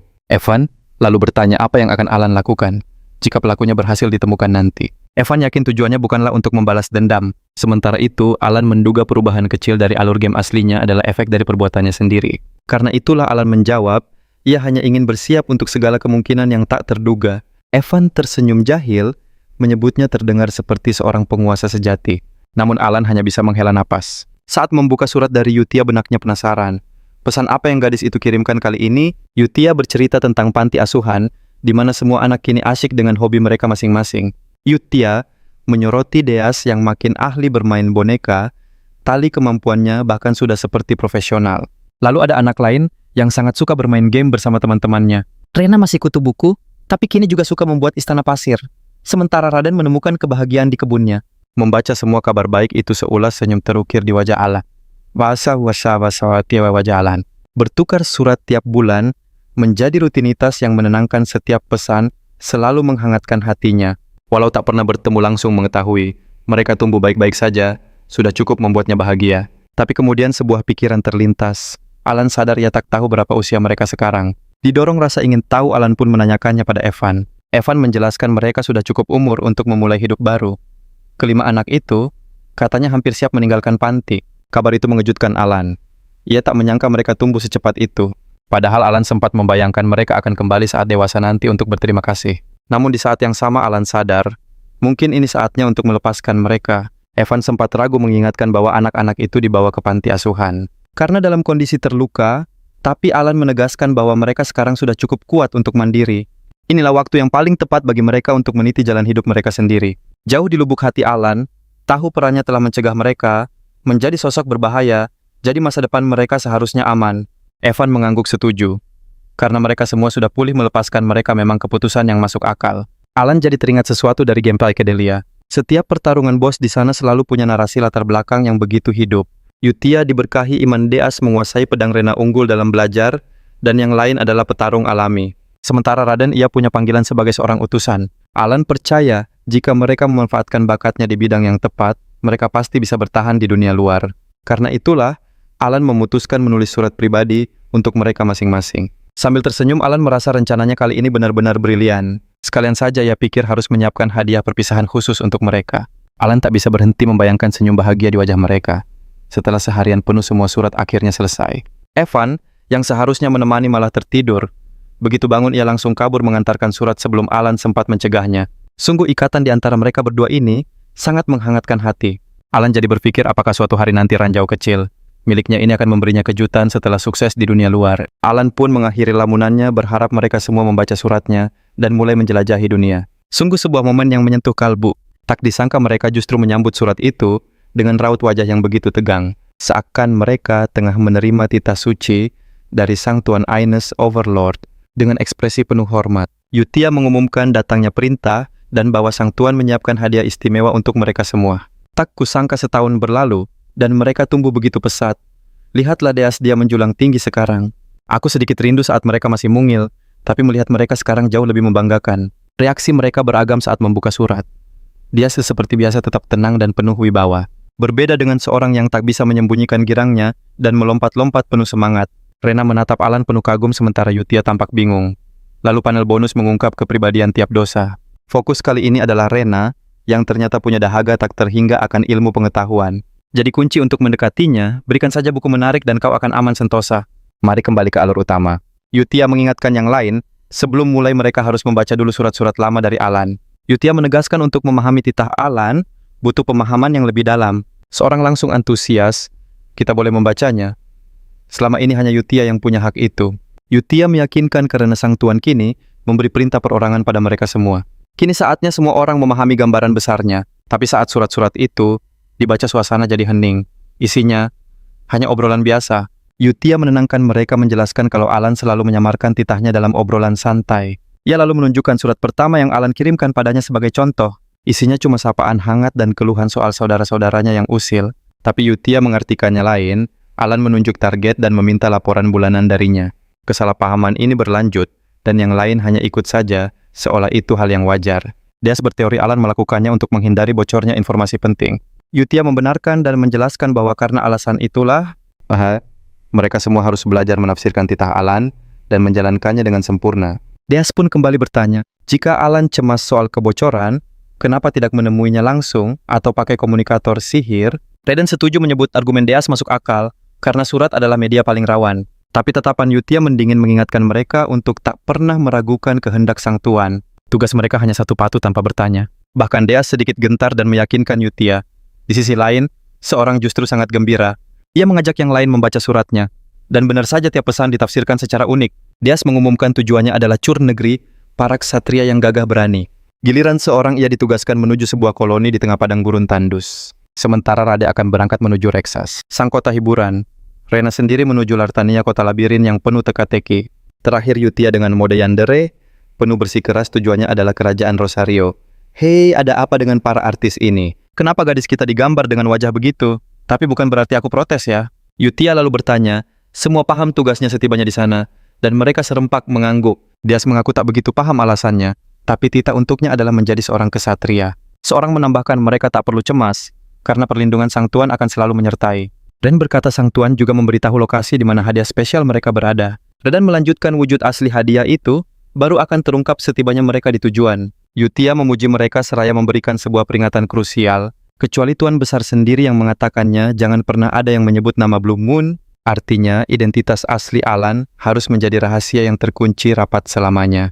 Dengan begitu, para pendosa pun meninggalkan panti asuhan, siap memulai takdir mereka masing-masing. 3 bulan berselang, Alan tenggelam dalam riset sihir. Namun kekhawatirannya terbukti saat semua informasi yang ada terasa begitu usang. Tak ada satupun penemuan baru terkait perubahan sihir dan berbagai fase lanjutannya. Ini berarti Alan harus menapaki jalan ini sendirian. Sambil menoleh pada Evan di sisinya, Alan bertanya perkembangan pencarian pelaku yang menimpa saudaranya Leo. Evan melaporkan bahwa Guild Informasi masih belum menemukan titik terang. Jawaban itu membuat Alan kembali termenung. Ia tak bisa memungkiri efek kupu-kupu yang ia ciptakan kini terasa makin tak terkendali. Bagaimana tidak ia mengubah nasib 5 Deadly Sins? Bahkan, Loria yang semestinya tiada kini hidup dan menjadi seorang Duke. Situasi ini benar-benar membuatnya sedikit gelisah. Lauria membangun pengaruhnya di dunia bawah dengan kecepatan yang sangat pesat. Tanpa Alan sadari, semua kekuatan itu sebenarnya dipersiapkan untuk dirinya. Alan lantas memberi perintah pada Evan untuk menghentikan investigasi insiden saudaranya. Ketika Evan bertanya soal keyakinannya, Alan merenung. Terkadang tidak mengetahui adalah sebuah anugerah. Padahal hampir tak ada yang bisa luput dari jaring informasi milik Guild. Fakta bahwa kasus ini lolos dari mereka seolah menjadi pertanda akan datangnya masalah. Alan cemas jika salah langkah hal ini bisa berujung pada akhir yang tidak diinginkan dan sia-sia. Akhirnya Alan menyimpulkan selama ia tak mengusik organisasi itu, mereka tak akan menjadi ancaman. Mereka tak punya alasan untuk bergerak, kecuali jika Alan yang memulai lebih dulu. Dan Alan sama sekali tak berniat melakukannya, sehingga melanjutkan pencarian ini tak ada gunanya. Evan mengangguk patuh dan berjanji akan segera memberitahu Guild Informasi untuk menghentikan penyelidikan. Mengganti topik Evan, lalu menyampaikan kabar gembira lainnya. Rupanya Deas baru saja diangkat menjadi seorang ksatria di Cali. Alan yang sudah menduga ini akan terjadi hanya tersenyum tipis dan merasa pencapaian itu memang pantas untuk Deas. 3 bulan berikutnya Evan kembali membawa berita baru. Deas ternyata telah membentuk pasukan kesatrianya sendiri. Sekali lagi Alan hanya merespon dengan tenang, sekadar memuji bakat luar biasa yang dimiliki Deas. Ia lantas bertanya, artinya dia setidaknya sudah mencapai level sword expert atau mungkin lebih tinggi. Ada 3 tingkatan ilmu pedang, sword user, sword expert, dan sword master. Rasanya baru kemarin Deas menjadi ksatria. Namun Evan menjelaskan bahwa nama Deas sudah menjadi buah bibir di mana-mana. Banyak yang meramalkan lahirnya Master Knight kelima dalam waktu kurang dari 10 tahun. Penasaran Alan memastikan apakah Master Knight merujuk pada peringkat sword caliber, dan Evan pun mengiyakannya. Mendengar kabar itu, Alan tak bisa menahan senyum bangga yang tulus di wajahnya. 6 bulan kemudian genap 1 tahun sejak kelimanya pergi. Alan pun mulai terbiasa dengan tugasnya sebagai seorang count. Tiba-tiba Evan masuk dengan sebuah berita yang mengejutkan. Diaz telah meraih gelar Sword Caliborn dan secara resmi menjadi Master Knight kelima di kerajaan. Alan terperangah. Ia mengingatkan Evan, hanya seorang Sword Master yang bisa mendapatkan gelar itu. Dalam dunia psychedelia, Sword Master adalah manusia super yang melampaui aura blade dan membangkitkan kemampuan unik bernama derivation. Alan kembali mendesak Evan. Kau yakin Deas benar-benar sudah menjadi Sword Master? Evan menjelaskan, lebih tepatnya ia berada di ambang batas. Dia hanya belum mengembangkan derivation miliknya. Meski begitu, kerajaan tetap memberinya gelar Master Knight. Terlebih Deas berhasil menang dalam duel melawan Fourth Sword. Evan menambahkan bahwa Fourth Sword telah tumbang di tangan kaum barbar utara, sebuah fakta yang langsung dikonfirmasi oleh Alan. Menurut alur cerita dalam game perang, di antara kedua belah pihak, seharusnya sudah berlangsung lebih dari 1 dekade. Evan lalu melanjutkan butuh waktu sekitar 15 tahun untuk bisa menguasai dan memanipulasi mana di dalam tubuh. Padahal untuk mencapai derivation saja butuh waktu puluhan tahun. Sang pedang pertama Reinhardt di usia 32 tahun menjadi Master Knight termuda dalam sejarah. Seluruh pencapaian itu terjadi pada babak pertama. Kekuatan Reinhardt memang legendaris. Namun bahkan dengan bakat sehebat itu, ia tetap butuh lebih dari 20 tahun untuk mencapainya. Kini ada Deas, seorang anak yang awalnya buta akan ilmu pedang, tapi sekarang selangkah lagi menjadi Master Knight. Alan berpikir jika Deas hanya tinggal selangkah lagi menuju derivation, maka itu artinya Deas sudah melampaui level Sword Master milik Reinhardt di masa lalu. Alan mulai bertanya-tanya, bisakah potensi ini diasah lebih cepat dari dugaan? Sementara, Evan hanya mengangguk santai, seolah semua ini adalah hal yang wajar. Namun Alan segera menepis pikiran itu, menyadari langkah seperti itu terlalu gegabah. Tiba-tiba saja Evan kembali mengubah nada bicaranya. Bagaimanapun bagi Alan, Yutia adalah satu-satunya yang peduli padanya. 1 tahun telah berlalu, dan satu-satunya surat yang ia terima hanyalah dari Yutia. Bahkan saat di Holy Kingdom, Yutia terus memberinya kabar membuktikan ikatan mereka tetap kuat. Meski begitu, Alan tak bisa menahan sedikit rasa kecewa pada anak-anak itu, yang bahkan belum pernah melihat wajahnya. Setidaknya mereka bisa mengucapkan terima kasih atas hadiah yang telah ia persiapkan. Merasa bersalah, Alan menampar pipinya sendiri untuk kembali fokus. Alan meyakinkan dirinya ia patut bersyukur mereka tidak menghancurkan kerajaan setelah kekuatan mereka bangkit. Selama mereka semua baik-baik saja, itu sudah cukup membuatnya bahagia. Tapi tampaknya Evan tidak sepenuhnya percaya pada keyakinan itu. Di jantung kota Kurn, yang ramai berdiri sebuah mansion megah kediaman para ksatria Solar Eclipse yang terhormat. Saat para ksatria berlatih seperti biasa, Deas mengamati mereka dari atas. Dikenal sebagai Kapten Ksatria Solar Eclipse, sekaligus Master Knight termuda, berbagai pikiran berkecamuk di benaknya. Untuk pertama kalinya kita melihat sosok adik perempuan Deas yang mungil dan menggemaskan. Deas sendiri tak percaya sudah setahun berlalu sejak ia meninggalkan panti asuhan.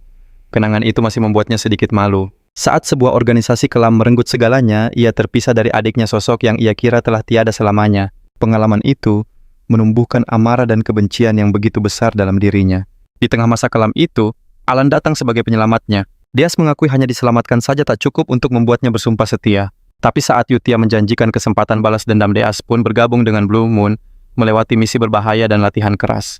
Jika diingat kembali, Deas sadar bahwa ia tak peduli pada misi ataupun keselamatannya sendiri saat itu.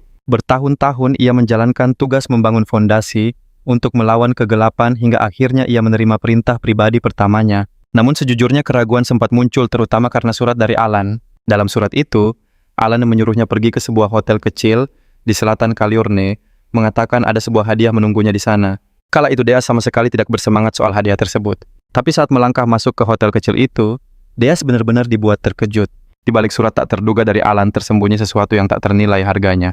Hadiah itu adalah keluarganya yang telah lama hilang, yaitu adiknya sendiri. Sambil memeluk erat sang adik Deas sadar hadiah ini lebih berharga dari apapun. Ia pun berpikir Alan memang sangat cerdik. Dia mungkin sudah tahu sejak awal di mana adiknya berada. Mungkin dialah yang menyelamatkannya dan merencanakan pertemuan kembali yang mengharukan ini. Saat Deas dan adiknya Silil akhirnya bisa bicara, Silil pun mulai menceritakan pengalaman mengerikannya. Dia menjelaskan setelah ditangkap makhluk gelap, ia terperangkap dalam kegelapan total yang terasa seperti selamanya. Dia tak sendirian. Ada banyak orang lain yang dikurung dalam kandang oleh makhluk-makhluk bayangan itu. Mereka semua hanya bisa pasrah menunggu giliran menghadapi nasib yang mengerikan. Namun saat gilirannya tiba, secercah cahaya kecil menjadi penyelamat Silil membuatnya berhasil lolos. Rupanya makhluk-makhluk hitam itu tak lebih dari bayangan sedikit cahaya saja sudah cukup untuk melenyapkannya. Bertahun-tahun kemudian takdir buruk kembali menimpa Silil. Ia nyaris saja dijual sebagai budak. Namun di saat tergelap dalam hidupnya Evan, satu-satunya penyelamat datang bak pahlawan dan menolongnya. Sebenarnya Evan lah yang selalu berjuang paling keras demi menyelamatkan anak-anak itu. Sedangkan Alan justru menerima semua pujian. Silil lanjut bercerita setelah kabur, ia menerima obat berharga dan banyak hadiah dari seorang sponsor misterius. Ia menunjukkan sebuah surat dari Alan yang berjanji akan terus mengiriminya obat dan dukungan. Surat itu bahkan menyebut Silil aman dengan nama Palacio dan memintanya untuk tidak khawatir tentang sang kakak. Hanya dari satu kalimat itu saja, Alan terlihat seperti seorang dalang yang mengetahui segalanya. Kenyataan ini menghantam Deas, terlebih saat Silil berterima kasih atas semua kebaikan Alan. Deas tak habis pikir bagaimana bisa tuannya mengetahui keberadaan adiknya. Ia tak pernah bercerita pada siapapun, bahkan Yutia yang ia anggap paling hebat dalam mengorek informasi. Yutia hanya tahu Silil diganggu makhluk hitam. Lantas bagaimana Alan bisa tahu sedetail itu? Saat itulah semua kepingan puzzle di kepalanya akhirnya menyatu. Ia teringat Yutia yang selalu yakin tuannya tahu segalanya. Dan kesalahpahaman tentang Alan pun semakin menjadi-jadi. Semua keraguan dan pertanyaan Deas tentang Alan kini terjawab sudah bagai kepingan puzzle yang lengkap. Ia baru sadar mengapa Yutia selalu cemas dan begitu waspada terhadap Alan selama ini. Dan kini ia sadar betapa bodohnya dirinya yang tak melihat apa-apa. Deas teringat ucapan Alan pada Lauria bahwa hal baik akan datang. Dulu ia sama sekali tidak mengerti maknanya. Sekarang ia paham Alan mengetahui semuanya sejak awal. Alan hanya memberi petunjuk kecil pada Lauria yang berjuang sendirian. Inilah puncak dari segala kesalahpahaman. Kalau begini terus, reputasinya bisa melampaui Cheat dari Eminence in Shadow atau bahkan menyaingi King dari One Punch Man. Tiba-tiba suara Silil membuyarkan lamunannya. Kakak baik-baik saja. Deas meyakinkan adiknya, tapi di dalam hati ia teringat pesan Yutia Pedang, tak boleh bertindak sesuka hati. Dan barusan ia telah lancang mempertanyakan banyak hal. Ia berharap tuannya yang agung cukup berbelas kasih untuk memaafkan kelancangannya. Deas merenung selama ini, ia hanya dibutakan oleh kebencian dan dendam pada makhluk-makhluk hitam itu. Ia sadar keselamatan satu-satunya keluarga yang tersisa adalah anugerah yang tak ternilai harganya.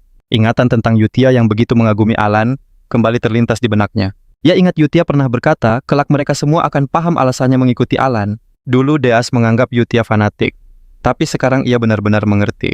Surat itu, perintah-perintah itu, dan kepercayaan mutlak yang ditunjukkannya, ternyata semua itu bukanlah kepercayaan buta semata. Karena itu, Deas bersumpah akan membalas budi Alan. Ia bertekad menjadi ksatria master puncak tertinggi Kurne. Bahkan ia berjanji akan membentuk pasukan ksatria pribadi untuk Alan yang diisi pendekar pedang terhebat. Dengan ini Deas resmi bergabung dalam barisan pemuja setia Alan. Beberapa hari kemudian, Deas dan para ksatrianya bersiap berangkat. Pasukan itu, ia namai Ksatria Gerhana Matahari. Deas menjelaskan ekspedisi ini adalah batu loncatan pertama mereka. Dengan aura agung yang terpancar, ia menyatakan tak peduli penderitaan apapun yang akan menghadang. Ia menanti hari saat ia bisa membalas budi persembahan yang layak untuk Alan. Ia akan membuktikan kekuatannya di bawah Great Moon. Sungguh penampilannya terlihat sangat gagah perkasa. Ekspedisi yang dimaksud Deas tak lain adalah pertempuran melawan kaum barbar utara yang pernah Alan sebutkan dalam lore game. Sementara itu, di tempat lain, Alan tengah menikmati angin sepoi-sepoi sambil melakukan riset sihirnya yang biasa. Tanpa sadar ia merenung betapa damainya hari-hari yang ia jalani sekarang. Mungkinkah ketenangan ini hadir karena semua ranjau darat kecil miliknya? Anak-anak itu kini telah beranjak dewasa. Tiba-tiba angin nakal menerbangkan kertas-kertas penelitiannya. Saat bergegas memungutinya, ia bertanya-tanya bagaimana orang biasa sepertinya bisa menerima pujian setinggi langit dari semua orang. Tapi kembali ke fokus utamanya. Alan mulai menuangkan pemahamannya tentang sihir ke atas kertas. Ia mengulas sejak kembali dari labirin, seluruh risetnya terpusat pada phrase sihir. Pada intinya ia memanfaatkan pengetahuannya soal mekanisme game di mana setiap phrase yang diucap mampu mengubah mantra sihir secara unik. Contohnya phrase, Reflection akan memperkuat bagian mantra sihir yang tidak sempurna. Refraction bekerja dengan memperkuat celah pada mantra yang sudah jadi, membuatnya menyebar lebih luas. Proses ini bisa menghancurkan wujud sihirnya dan mengubah total proyektil yang tercipta. Hal ini membuka jalan ke phrase repulsion yang juga merusak bentuk sihir dan memengaruhi transisi proyektil yang dilepaskan. Sejujurnya, aku sendiri tidak sepenuhnya mengerti detail teknis yang rumit itu. Yang ku tahu hanyalah semua penjelasan itu terdengar luar biasa keren. Alan lalu merinci cahaya biru dari phrase repulsion, rupanya memperkuat sihir paralel seperti sihir listrik yang pernah ia gunakan.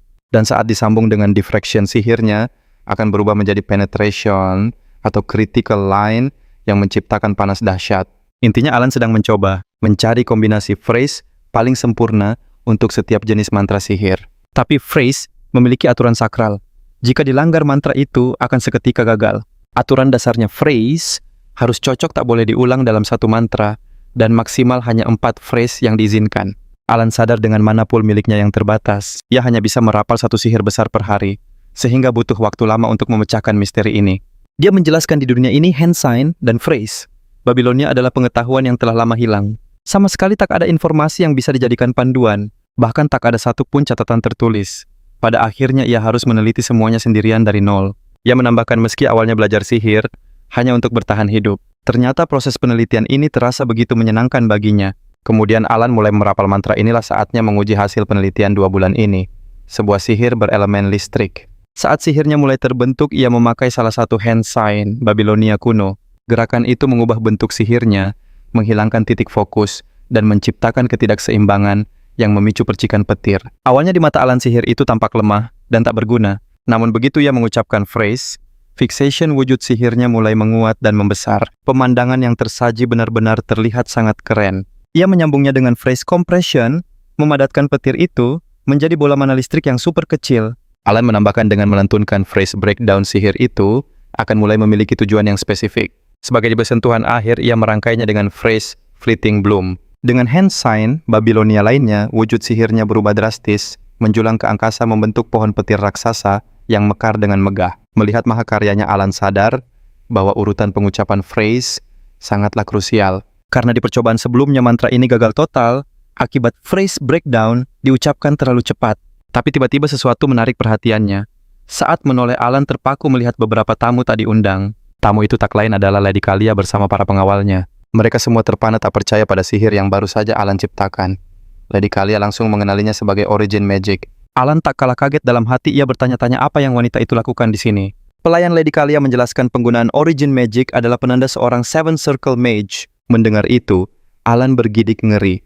Ia tahu kesalahpahaman level ini hanya akan membawa masalah besar. Struktur sihir di dunia ini terbagi dalam circle dengan tingkat ke-8 sebagai puncaknya. Artinya, mereka yang ada di hadapannya menganggap Alan setara dengan seorang Archmage Agung. Namun cerita beralih ke panel bonus menggemaskan yang kali ini berpusat pada Deas. Sesaat kemudian Lady Kalia bersama pelayannya terlihat sedang menunggu di ruang tamu. Singkatnya, Lady Kalia saat ini sedang menjerit panik dalam pikirannya. Dia sadar hanya punya 2 alasan datang menemui Alan.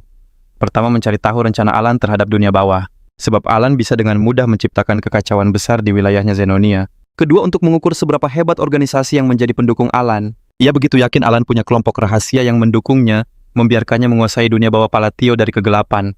Aku suka sekali dengan kesalahpahaman kocak semacam ini. Padahal Alan benar-benar hanya diam saja dan bernapas. Anehnya semua orang malah yakin kalau Alan sedang bermain catur 4 dimensi.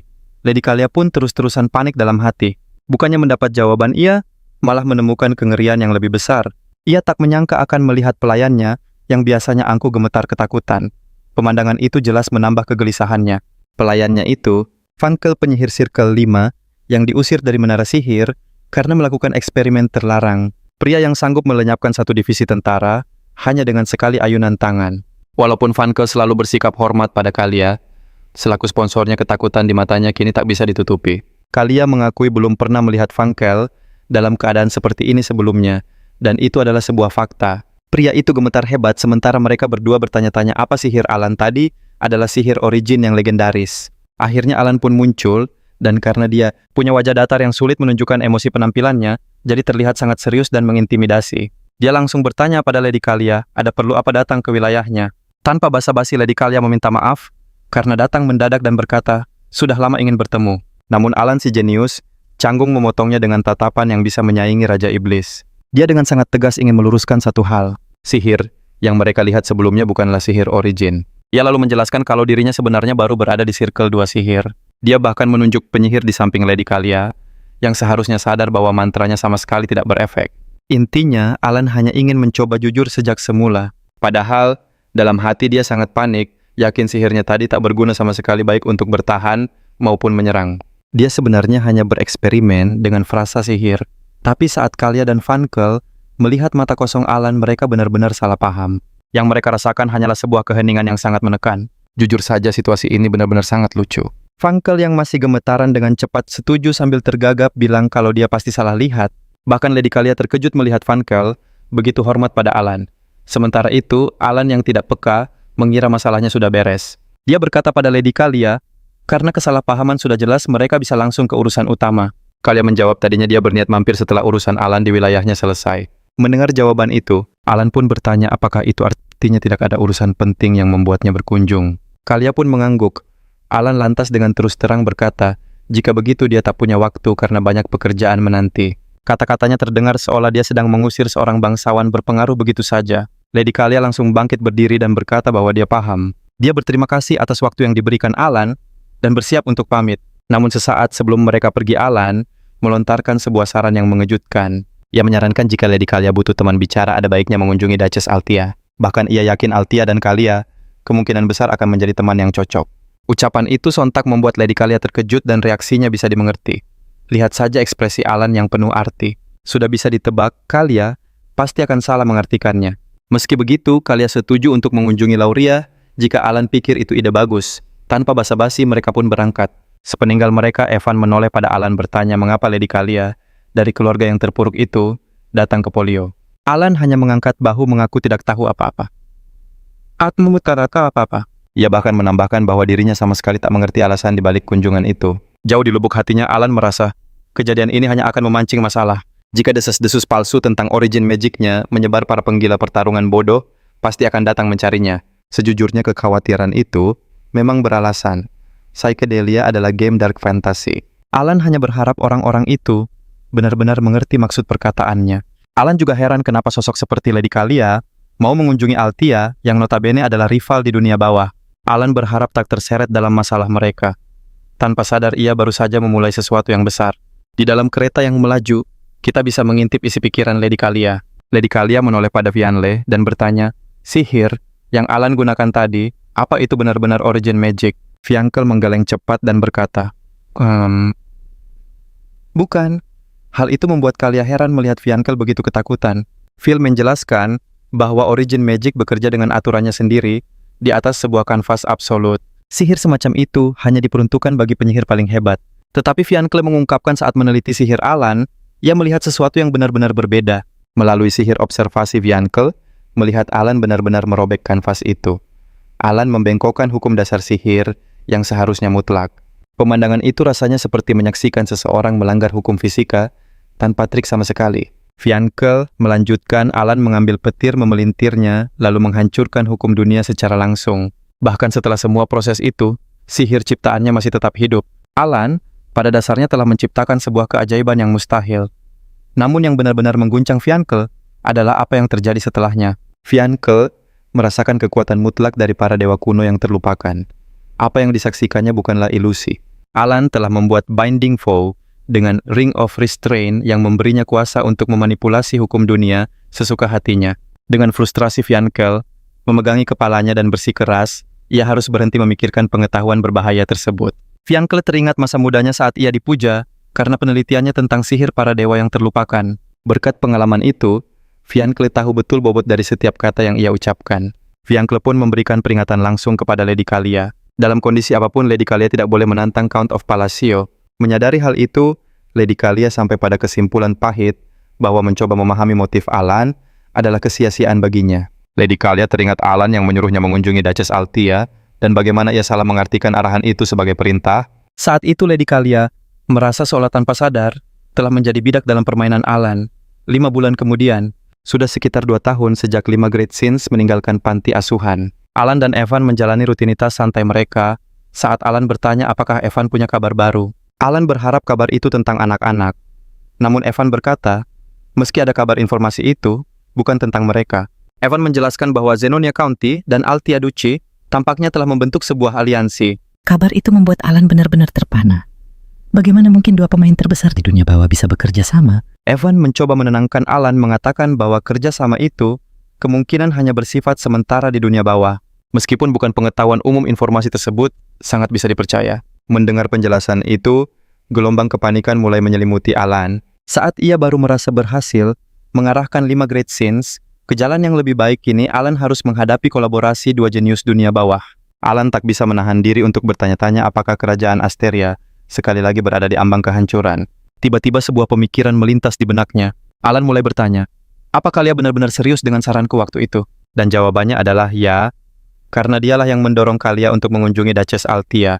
Menepis kecemasannya, Alan meyakinkan diri bahwa aliansi ini tak akan bertahan lama. Mengingat reputasi kalian, di game yang sedingin es kerjasama ini, pasti akan segera hancur. Tapi untuk berjaga-jaga, Alan bersiap untuk skenario terburuk.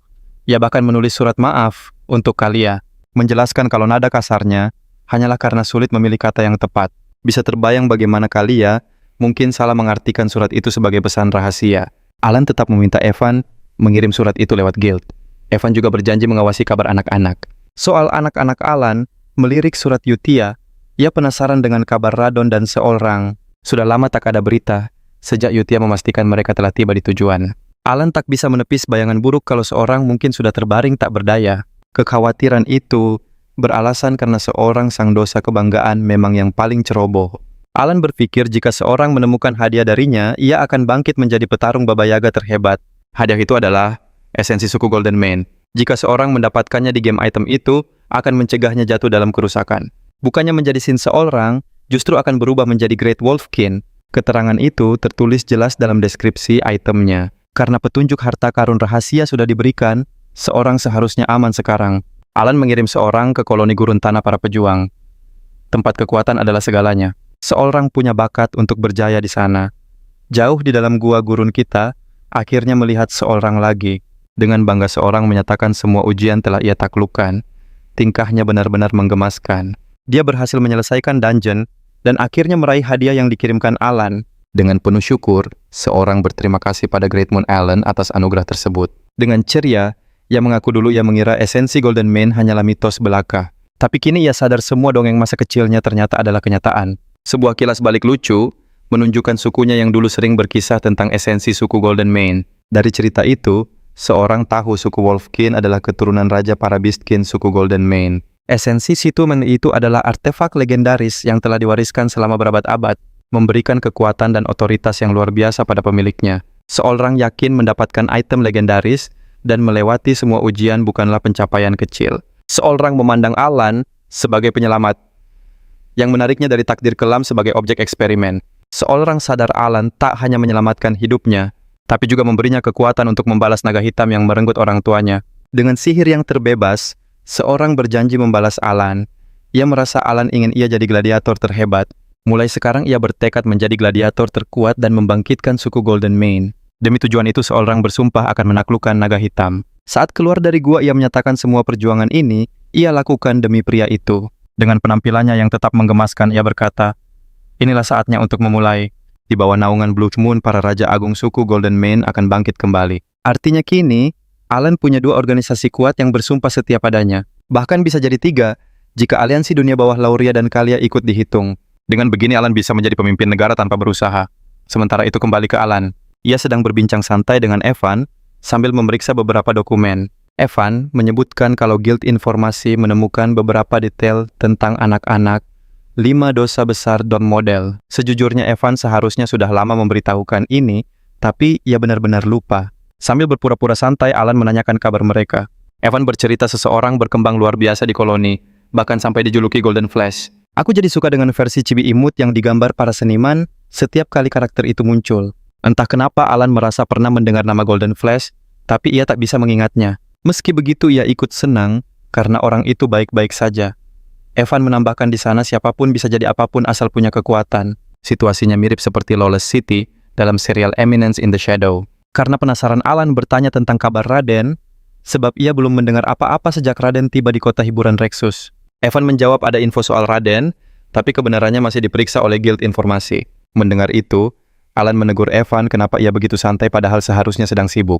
Evan tampak bingung merasa sudah menyelesaikan semua tugasnya.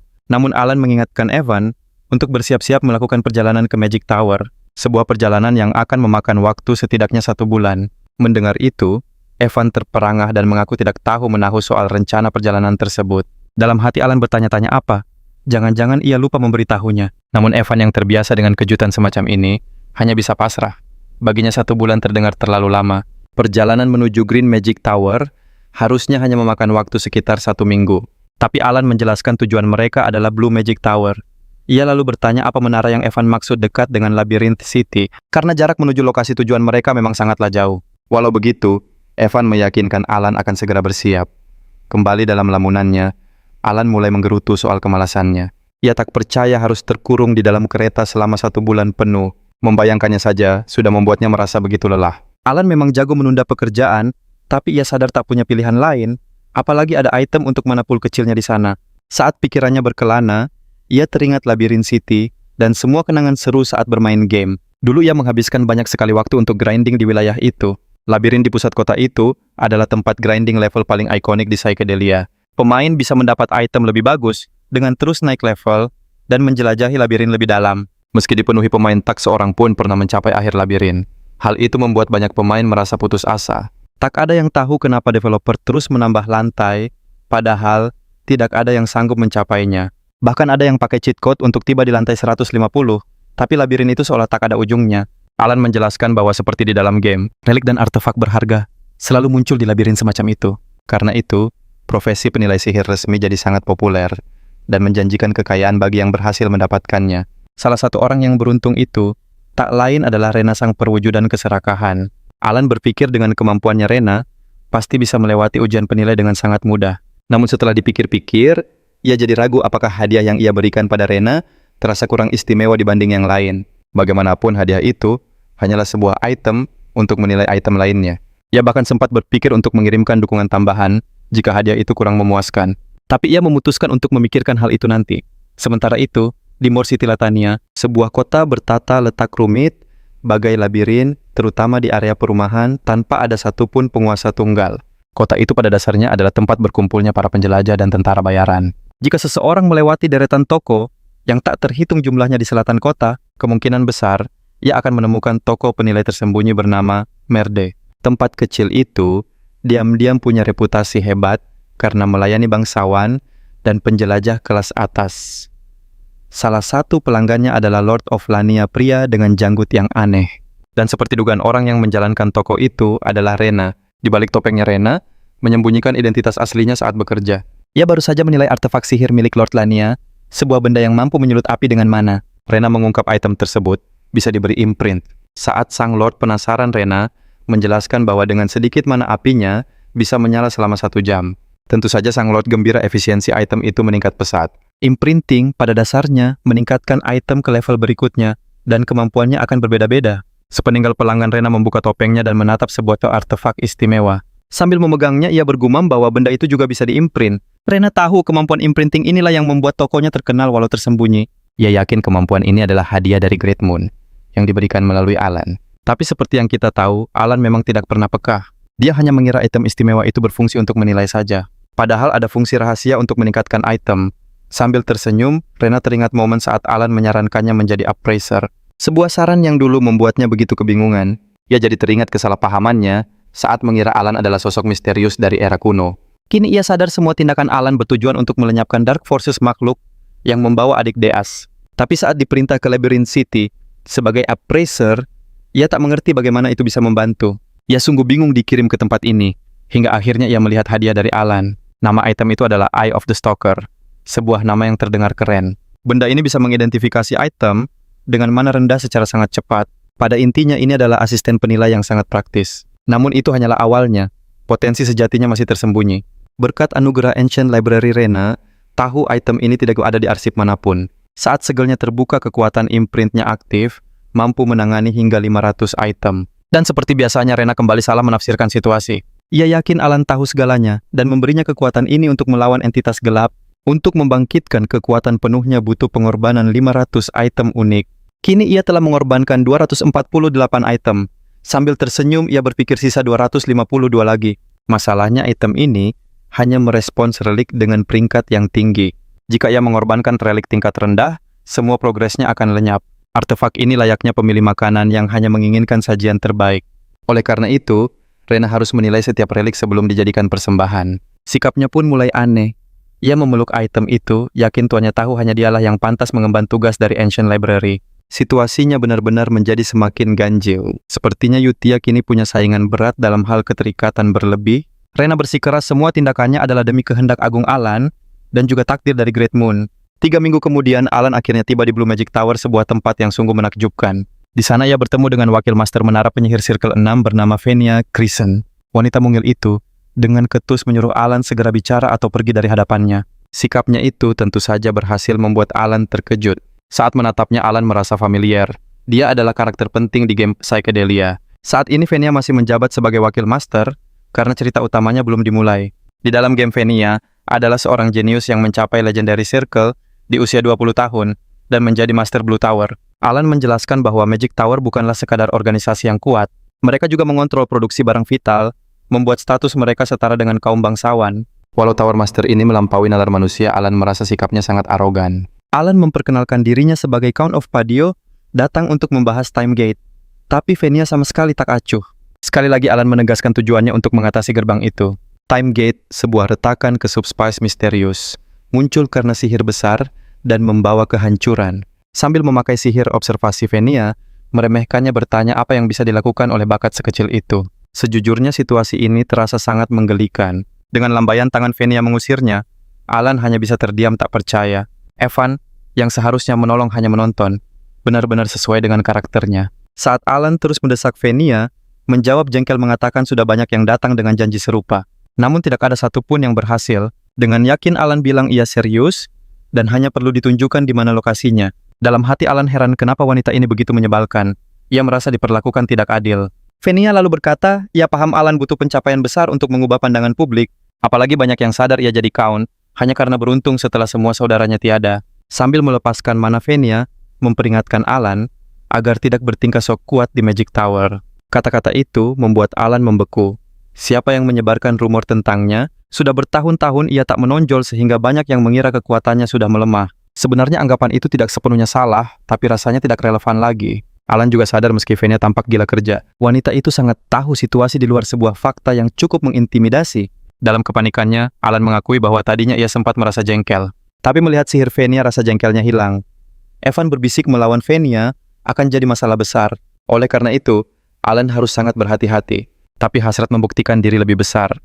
Alan maju dan bertaruh jika gagal seluruh hartanya untuk Magic Tower. Venia menganggapnya hanya sebuah lelucon. Namun Alan menegaskan ia bahkan berani bersumpah. Pernyataan itu mengejutkan Venia. Akhirnya ia setuju membimbing Alan. Setibanya di lokasi, Venia mengingatkan janjinya. Jika gagal, semua kekayaan Alan jadi miliknya. Dengan yakin Alan menjawab itu takkan terjadi. Bagi Venia ini, saatnya melihat kemampuan asli Alan. Terutama karena reputasinya sebagai penguasa dunia bawah. Setelah mengamati Manana Hall, Alan Venia menyimpulkan semua itu hanyalah keberuntungan. Meski auranya terasa asing, Mana Hole-nya kecil, dan sensing energinya hanya sedikit di atas rata-rata.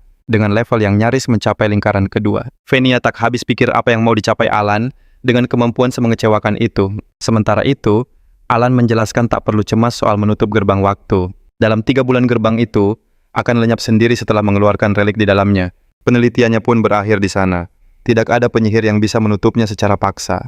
Tapi Time Gate di Blue Magic Tower sudah lebih dari 2 tahun membuat kekacauan. Saat Alan mulai menggunakan tangan Babilonia, Venia kembali mencibir kenapa memakai tangan dan bukan tongkat sihir. Bahkan penyihir tertua menganggap metode itu kuno, hampir seperti dongeng. Saat Venia sibuk mengejek, Alan mulai merapal mantra. Tiba-tiba hening. Venia membeku tak bisa bergerak. Dengan sihir observasi, Venia terkejut melihat pelanggaran hukum dunia saat mata raksasa muncul di langit. Saat mata itu terbuka, Venia merasa ditatap langsung oleh Dewa Kegelapan. Aku sungguh tak sabar melihat reaksinya di bab selanjutnya. Dan begitulah akhir dari kisah kita kali ini. Aku ingin mengucapkan terima kasih yang sebesar-besarnya kepada seluruh anggota channel.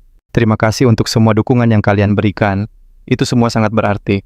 Kalau kalian tertarik untuk memberi dukungan lebih, bisa langsung bergabung dengan membership channel di deskripsi bawah ya. Oke.